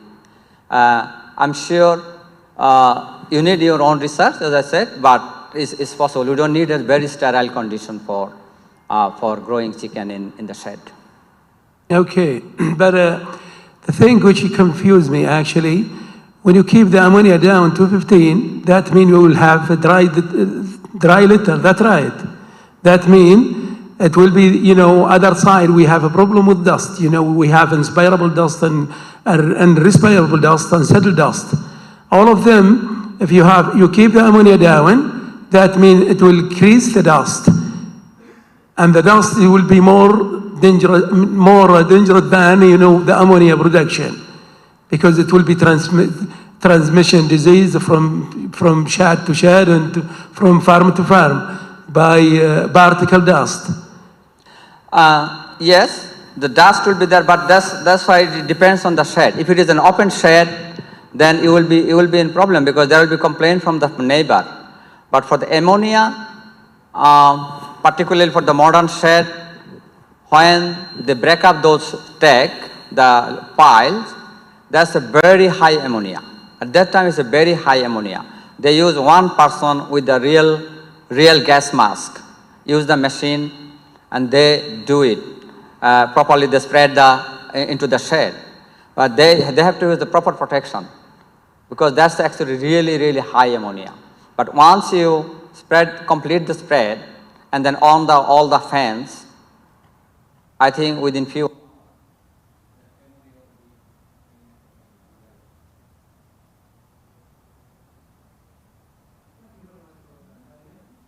It reached my mind now.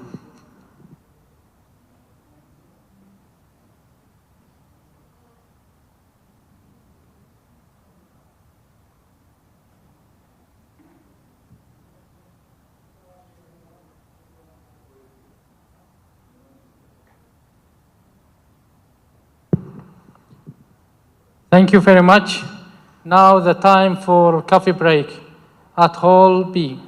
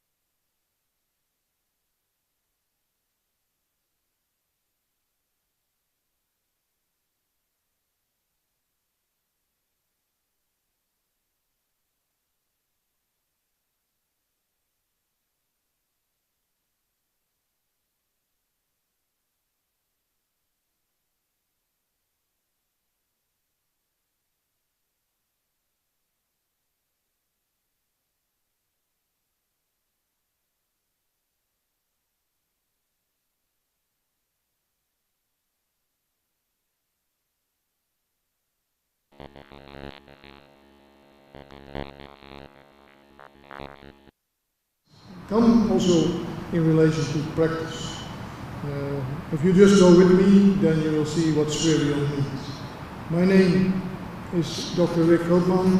I'm a poultry veterinarian for 36 years now.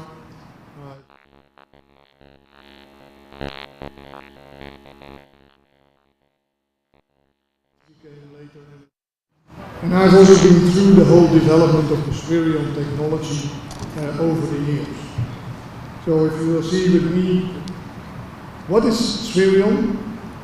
It's a revolutionary technology for live freeze-dried poultry vaccines. So we will produce our live freeze-dried poultry vaccines in a different way. It means the presentation will be different. The bulk is the same. Here you see our existing range of our IB MA5491, our ND Clone 30, our ND Clone 30 plus MA5, and our D78 live poultry vaccines that will now be available in Swereal technology. And we will talk really about the advantages. If you really look at it and say, what are Swereal vaccines? Why did we move to Swereals? What are the advantages? And some technical insights how to work with these products.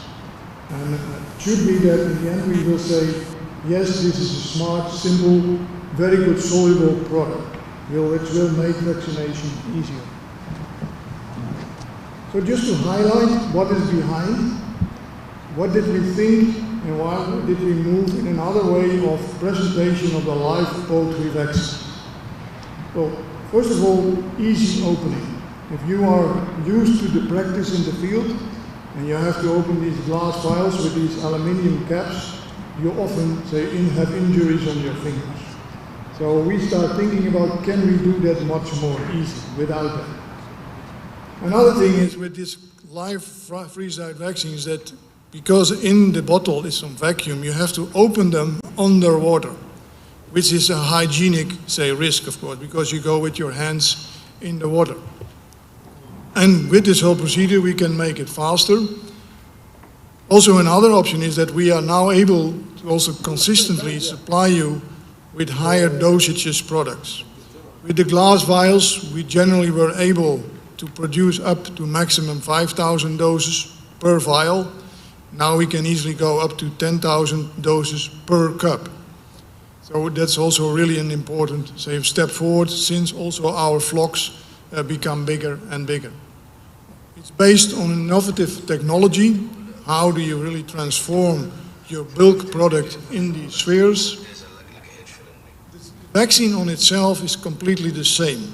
It has the same composition.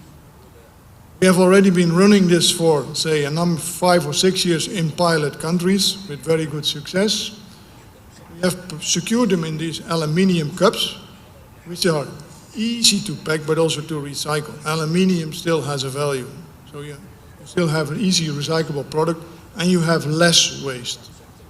Like I mentioned, the product looks exactly the same. So if the glass vial has a bit reddish color, you will also see that on the sphere color. And of course, we made it really easy to dissolve. That's the real main points, and you see there are a lot of advantages also for the practice. And that was what we really were looking for. Be able to give you more and bigger presentations, but also make preparation and easier for the vaccines. So what are Swereal vaccines? It's a kind of transformation from the presentation from a glass vial into Swereals. So if you look here, this pellet, we call this, is the freeze-dried cake. This product comes out of a bulk. This bulk will now be produced in spheres. So the bulk production is exactly the same. Well, you see also immediately the benefit. You can open them above the water. You don't have to go in with your hands. And it's easy to open by just a tear off. And you drop the spheres into the water and they will dissolve quickly. Some stirring afterwards, finished. Where here you all know the risk of some injuries, the hygienic challenge, and of course you have to really rinse your vials. So there's a lot of advantages moving to this Swereal technology. Just to highlight again, it's based on the same dossier. The product is exactly the same as you had in your glass vial. Some people think that we made a different product. The product is the same. The difference is in the way how we, say, package them. Built a completely new plant for that. So it's now a frozen vaccine into spheres. Before freeze-drying, being freeze-dried and stored at -20, exactly the same as we do with the glass vials. And of course, we added, of course, a nice packaging system and labeling system to really make it more efficient. Really state-of-the-art. So why move to Swereal? Well, look in the technical background. As I mentioned, the base is the same. The liquid bulk antigen is exactly the same. So the starting point of producing a live freeze-dried vaccine is exactly the same. Where does it is different? If you have the glass vial, we put the liquid bulk in this vial, put it in a freeze dryer and freeze the moisture out, and then it closes. From there, we move to the next step. That is, of course, after you have filled the vials, you have to do the titration to see what is in the vial. And that depends on, of course, the yield during production.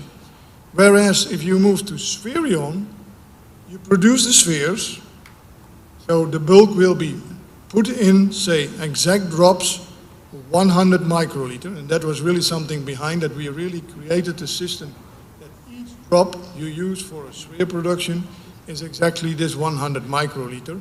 And from there you move on, you freeze dry further those produced spheres, and then the spheres will be titrated. So each sphere, because it's all the same, they are all 100 microliter, each sphere will have the same antigen level.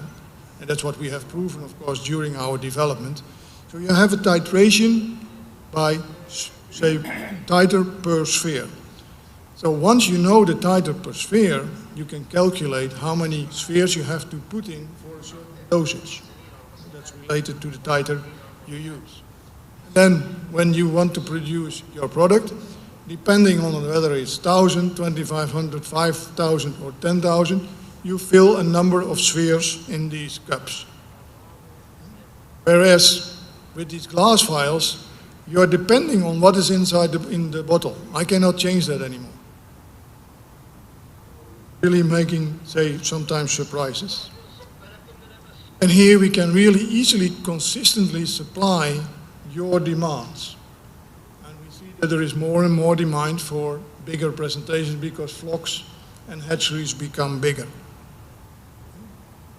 So what, if you look to the spheres itself, if you look at the shape of the spheres, like I said, they are 100 microliter. They have very little, say, variation in the shape.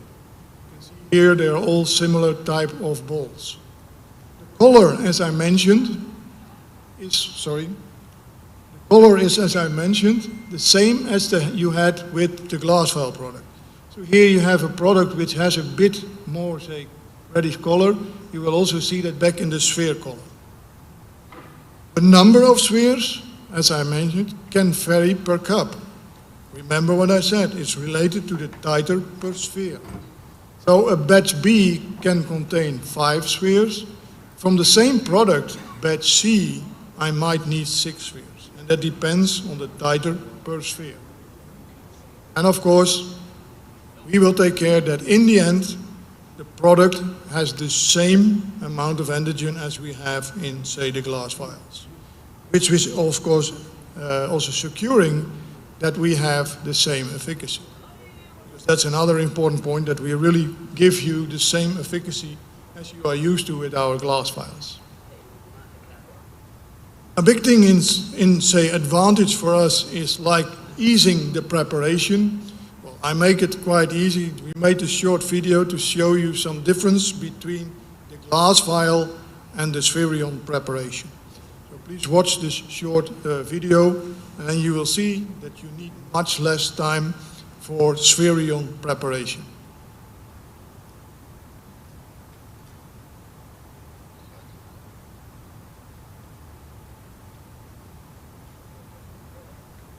On the left, there you have the spherules, and on the right, you have the glass vial.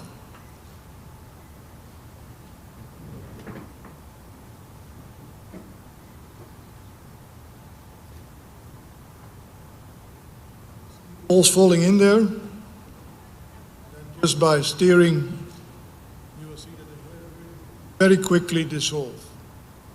And with the glass, of course, you have to open it underwater, and you have to rinse thoroughly the glass vial. You can see here now the spherume is, say, finished with the number of steering.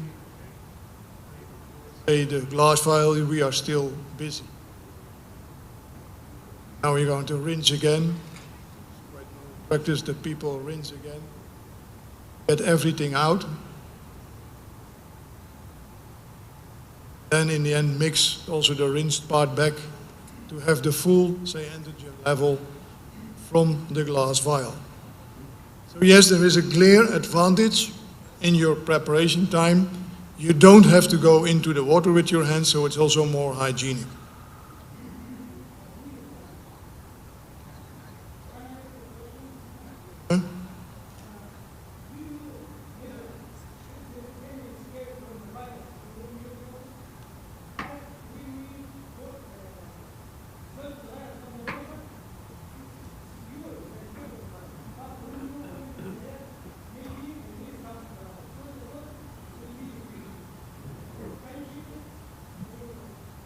I mean, with the cup, when you open the cup, yeah?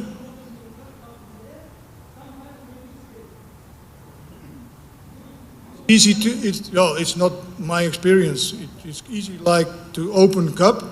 When you're used to work with it, you just tear it off, immediately let it fall down. Of course, the first time you are a bit like, okay, what is this? But if you have done that a few times, you know, that's the same trick with pushing out this rubber stopper. If you do that for the first time with a glass vial, you are like, once you have done that several times, you know where exactly to push this rubber stopper, and it will work. But it's just much easier. And another important point is the hygienic part.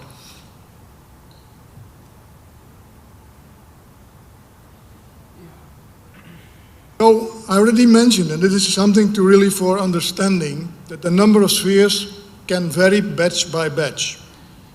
Remember what I said? We have a bulk production, and in the bulk there is a certain level of antigen. Each sphere is made in exactly the same amount, but we have a titer per sphere. That can just give you that between batches of the same product, if you take 1,000 doses of MA5 from batch A and 1,000 doses of MA5 from batch B, then the A batch can be 4 spheres and the B batch can be 5 spheres. It's not like a difference between 4 and 10 or something, but there is small differences between the number of spheres. Also, we have different vaccines. You also have to realize that, for example, the antigen level in Newcastle vaccines is much higher than in IB. We have more spheres for a Newcastle compared to an IB. That's something you have to realize. Some people say, well, when they first open the cups, they say, how come? With IB, I have 6 spheres for 1,000 doses, and with Andy Clone 30, I have all of a sudden 15. That's depending on your bulk and also the higher level of need of your, say, registration. So there is a difference between batches and there is a difference between products in number. Something to really understand. But you also have to realize, we see this also in glass vials. When you have a 5,000 dose, say, glass vial, the cake is also thicker. So it's also related to the titer you have in your bulk. Here just some examples, just to highlight again. Here you have an example of MA5000, and you have 3 different batches. Batch A is 5 spheres, which you see on the top picture. Batch B can be 4, and a batch C can be 6.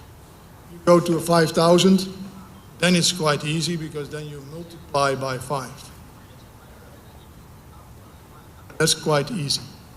These are just examples. Don't keep me that, okay, I told you here that MA5 should have 5 or 4. No, these are examples. Yeah? Show you what can be the difference per cup. Product is exactly the same. Like I said, the bulk is the same. So also the efficacy, say, is the same. So what's based on our dossier is still there. So here you see the minimum required dosage of titers for a dose in a product. That's the same for the glass vial as for the, say, sphere. That's why you also get the same efficacy, because the minimum level is always there, and in general there's out of safety.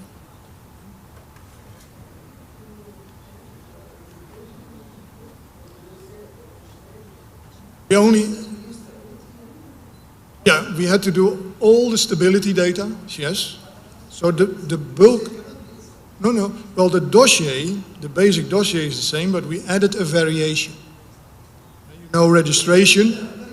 Yeah. So you have a basic dossier, and we added the variation with showing how we make the spheres, with showing the stability of the spheres and everything in there. But the bulk, the base product is the same. The master seed is the same. Yep. Okay.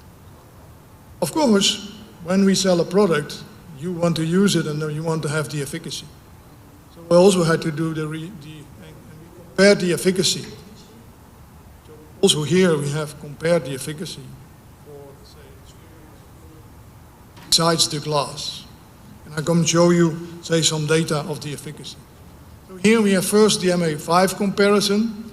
Here we vaccinated birds with the Swereal product and with the glass vial product at 3 weeks of age. We challenged them 4 weeks later, and we scored the celiostasis, which is a measure of, say, after challenge to show whether the birds are protected, yes, no, of course, compared to a positive control. And here you see what you get in celiostasis. So low celiostasis means there is no damage. So birds are protected against the challenge you give them. And you can see that from the controls. The controls are not vaccinated, and they have very high celiostasis damage. Whereas the Swereal group and the glass vial group have similar, very low level. Yes, birds are protected, and you get similar level of protection. Again, we already mentioned that the product is exactly the same. So same results compared to a strong M41, say, challenge. Did it also for, of course, our other products. So here you see the 491. Here I just changed the table because some people present in different ways. Here I present the level of protection. And also I have here the negative control in there. Here you see that the positive control is very low, where in the previous picture it was the opposite. You see that you get very high levels of protection. Here you have the glass vial, here you have the Swereal. Maybe the Swereal performs a bit better, but it is not significant. So you still get the very high level of protection, whether you use the glass or the vial. Of course, we can do the same for clone 30. I will go and speed a bit up. You see here similar, and here, normally with Newcastle, you look at mortality. So you compare your product against a positive control, where the positive control shows you very fast mortality, because if you look here, from this Newcastle challenge, all birds died after 3 days.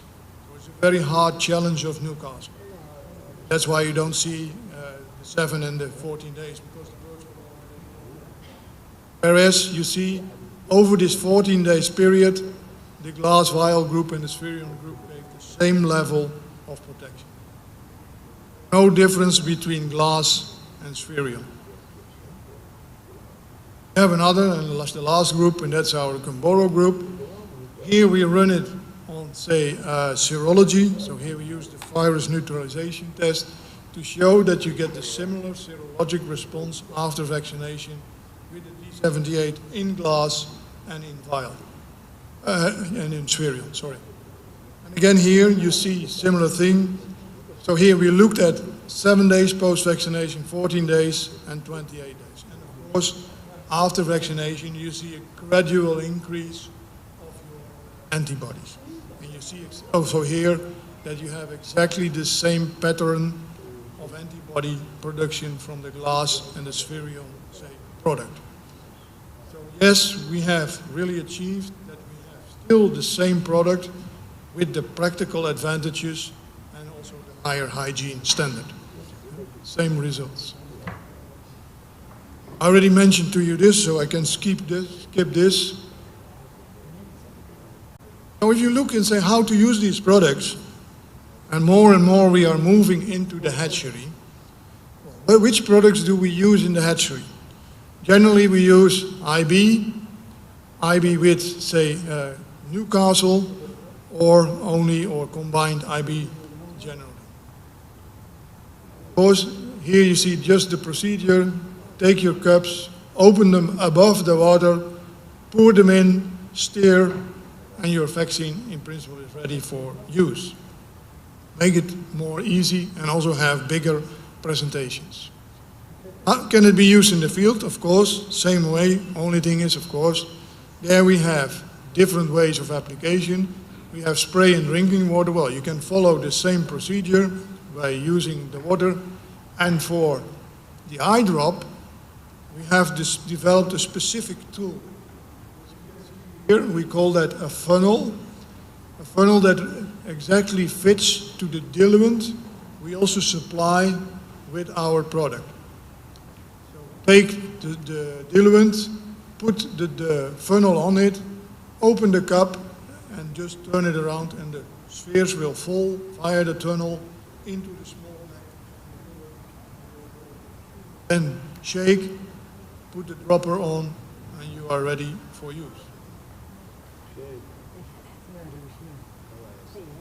Another important practical point, Swereals must be used directly after opening. So do not start taking the Swereal, open the cup, and then prepare your water. Take care, everything is in place before you open the cup. Why? Swereals, like the other cakes, are very sensitive to moisture. So once exposed to the air, they will pick up the moisture from the air. Then they become sticky and will be poor dissolving. That's what you will see as a kind of also safety.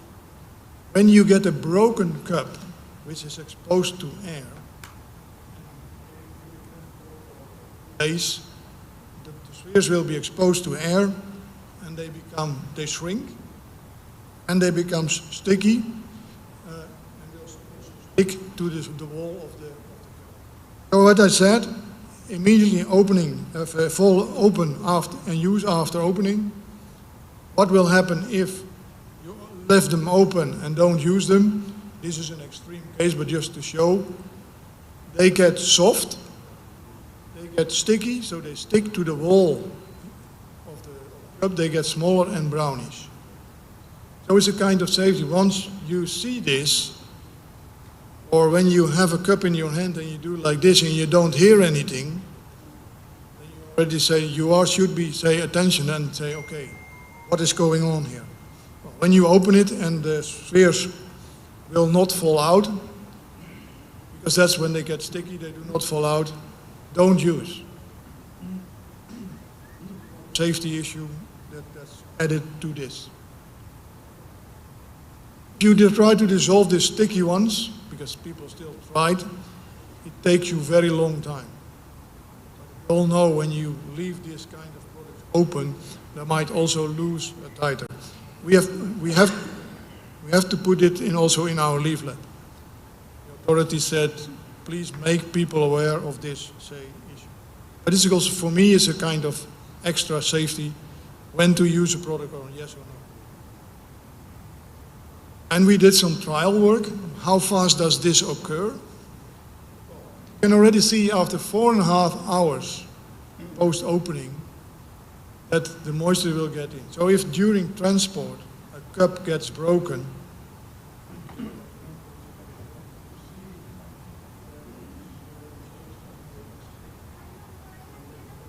out easily. Maybe one falls out and the other not, but you will see it. Kind of safety.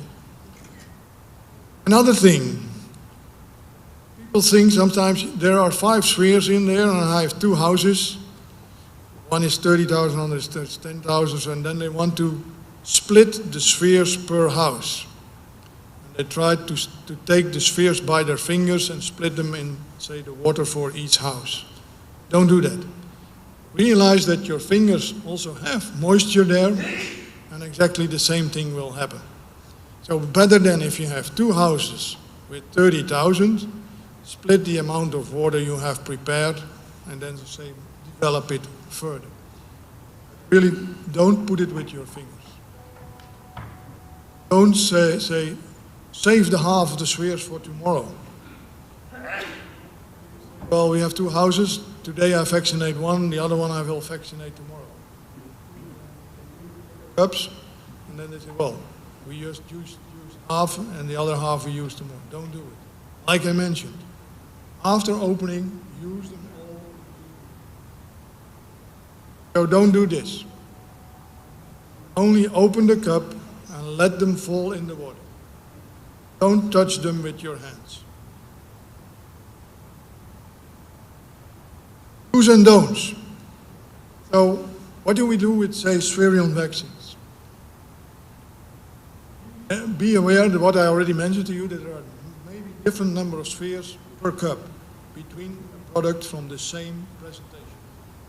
1,000 dose today with 4 spheres can be 1,000 dose with 5 spheres next week if you have another batch. You add the dye and the stabilizer to the vaccine if required. You can still use that as you do that with the last vial. To ensure that the Swereal vaccine cups are not damaged in any way, well, that's the check. Generally, if you take the cup and you move them a bit, if there's any, say, issue, then of course seek medical assistance with all these kinds of vaccines. Of course, don't put them in say, or in contact with disinfectants. Some people ask me what to do with the remaining cup. There might be some dust from the product in there. How can I deal with that? Well, it's quite easy. We tested that. You can put those empty cups in a, say, bottle with chlorine, and they will be disinfected. Store them in the fridge, like the glass vials. What we should not do with Swereals. Don't open them underwater. Just make them open, let them fall in. Don't split the dose. Then you can better split the amount of water in the house. Don't mix these vaccines under other than, say, specific mentioned label conditions. Of course, don't be concerned about color variations, because that's just related to the bulk production. Don't use the vaccine of spheres if they are dropped on the floor. They might be getting contaminated.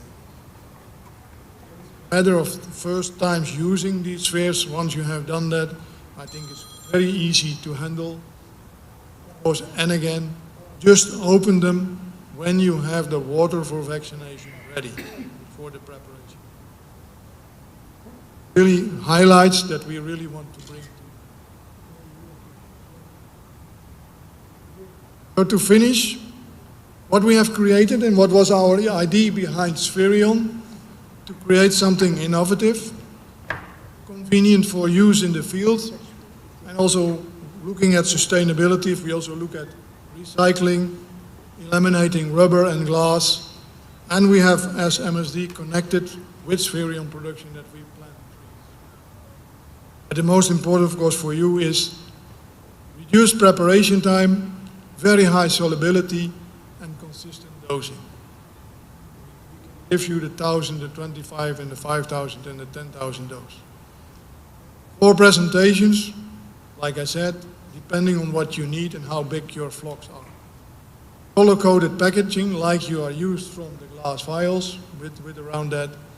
It's safe for preparation. You will not have these injuries from the not have the contact with the water, and it dissolves fast.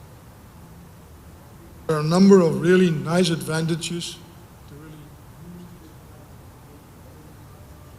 practice in the field. Here you have the highlights again. Easy to open, no contact between hands and vaccine, saves time during vaccination. We have now the availability of bigger dose presentations, and we can avoid injuries of people that use the live vaccines. It's innovative technology, same composition as existing vaccines, so just a different way of presentation. We have already a lot of experience that from our pilot countries. We have these secure aluminum cups that can also be easily recycled. Color coding as what we have with glass vials, and completely dissolved. So I hope with this that you are as enthusiastic as I am about Swereals and practical use in the field. With that, I thank you for your attention.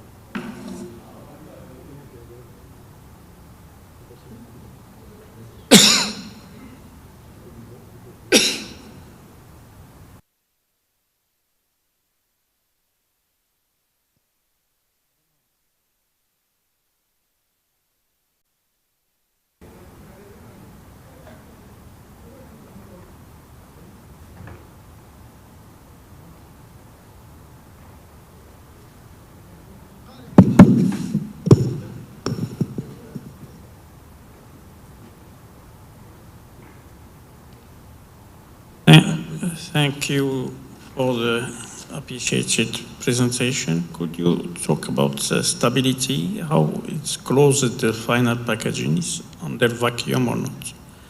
And what about expiry date, how long it can be stored?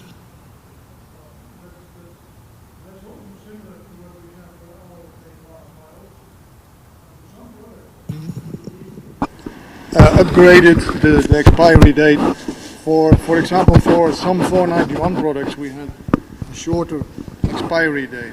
And with the new data of stability, we were also able to extend the expiry date. So in principle, it's similar to what we have with our glass vials. In principle, it's the same product.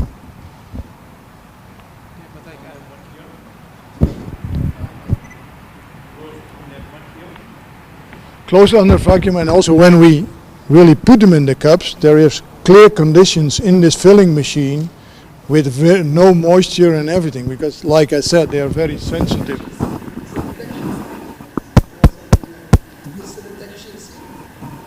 An injection? Induction.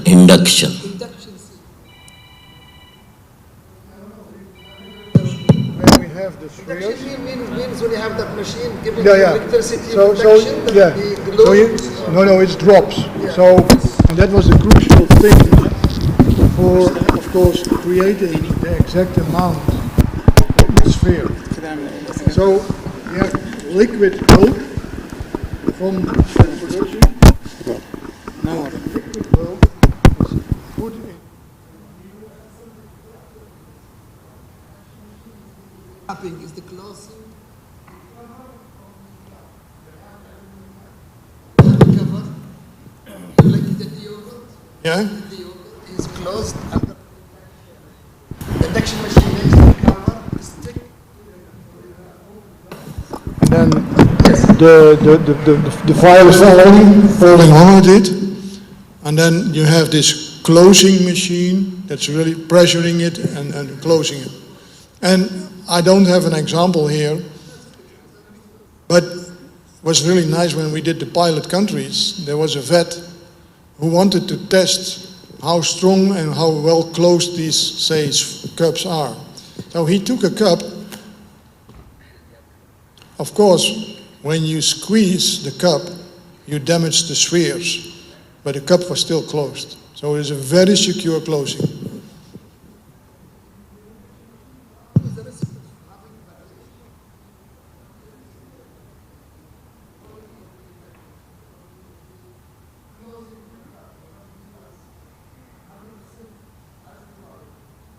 Yeah, it's exactly the same.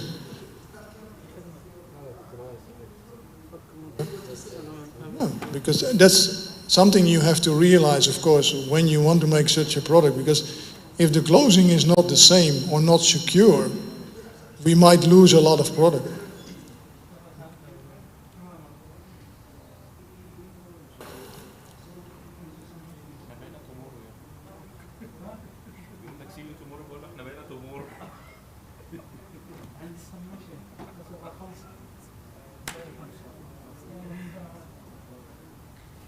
And it's a true innovation from our company because nobody had this idea. So we had a really clever guy.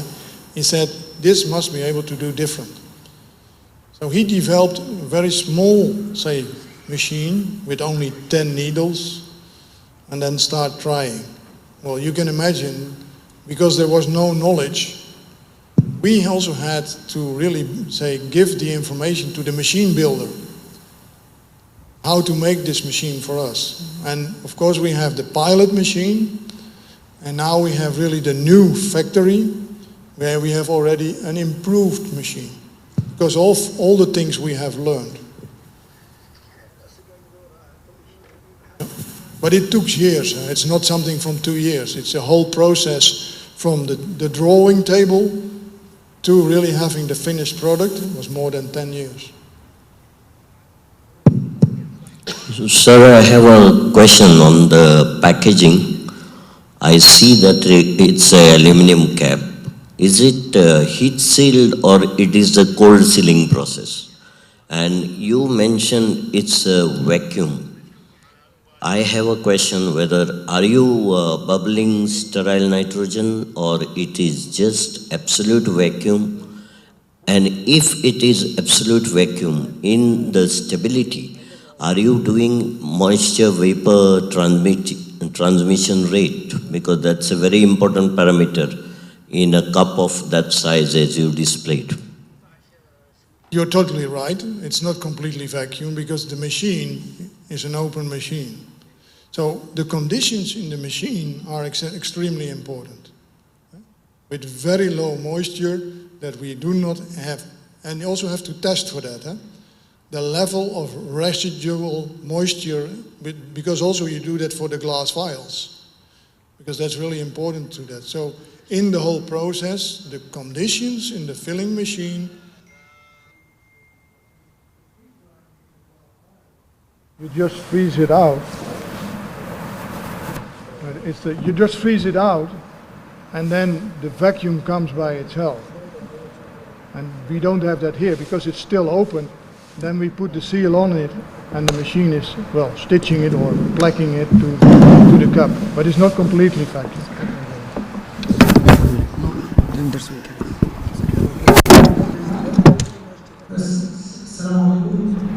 Thank you for your nice presentation. I have two questions.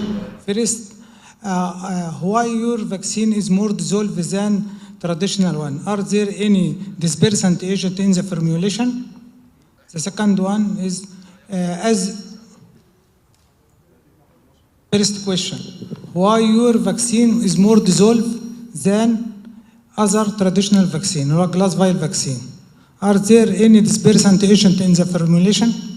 Why it dissolve more? You say it is more dissolved, why? It's the same, you mean? No, you say it's more dissolved in water. Why? Why it is easier to dissolve in water? Why? Yeah. Yeah. It does, as you can see.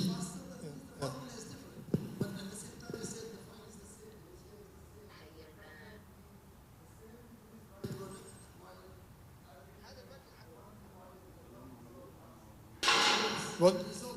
Yeah, so you mean the end composition with stabilizer, and they might be a bit, but the bulk is exactly the same. And the bulk is giving you the efficacy. These stabilizers and whatever are important for the for the dissolubility, I agree. So yes, that's also the whole process I meant during the whole development to get this completely in line. No. This was a challenge also for, of course, the authorities, because it was a new presentation, and then they really did a thorough examination. You can imagine, because if you are authority, you have to release and say, okay, yes, this is a safe product. But they exactly accepted that the bulk is the same. Yeah, it's the same. Only the presentation is different. But the vaccine, if you say, well, the vaccine is exactly the same. The virus content. And we were really looking for advantages to ease, say, preparation and use. I myself, during those 11 years, have injured my fingers a lot of times with these aluminium caps, turning them off of these glass vials. Some go easy, but some go really difficult. No. No.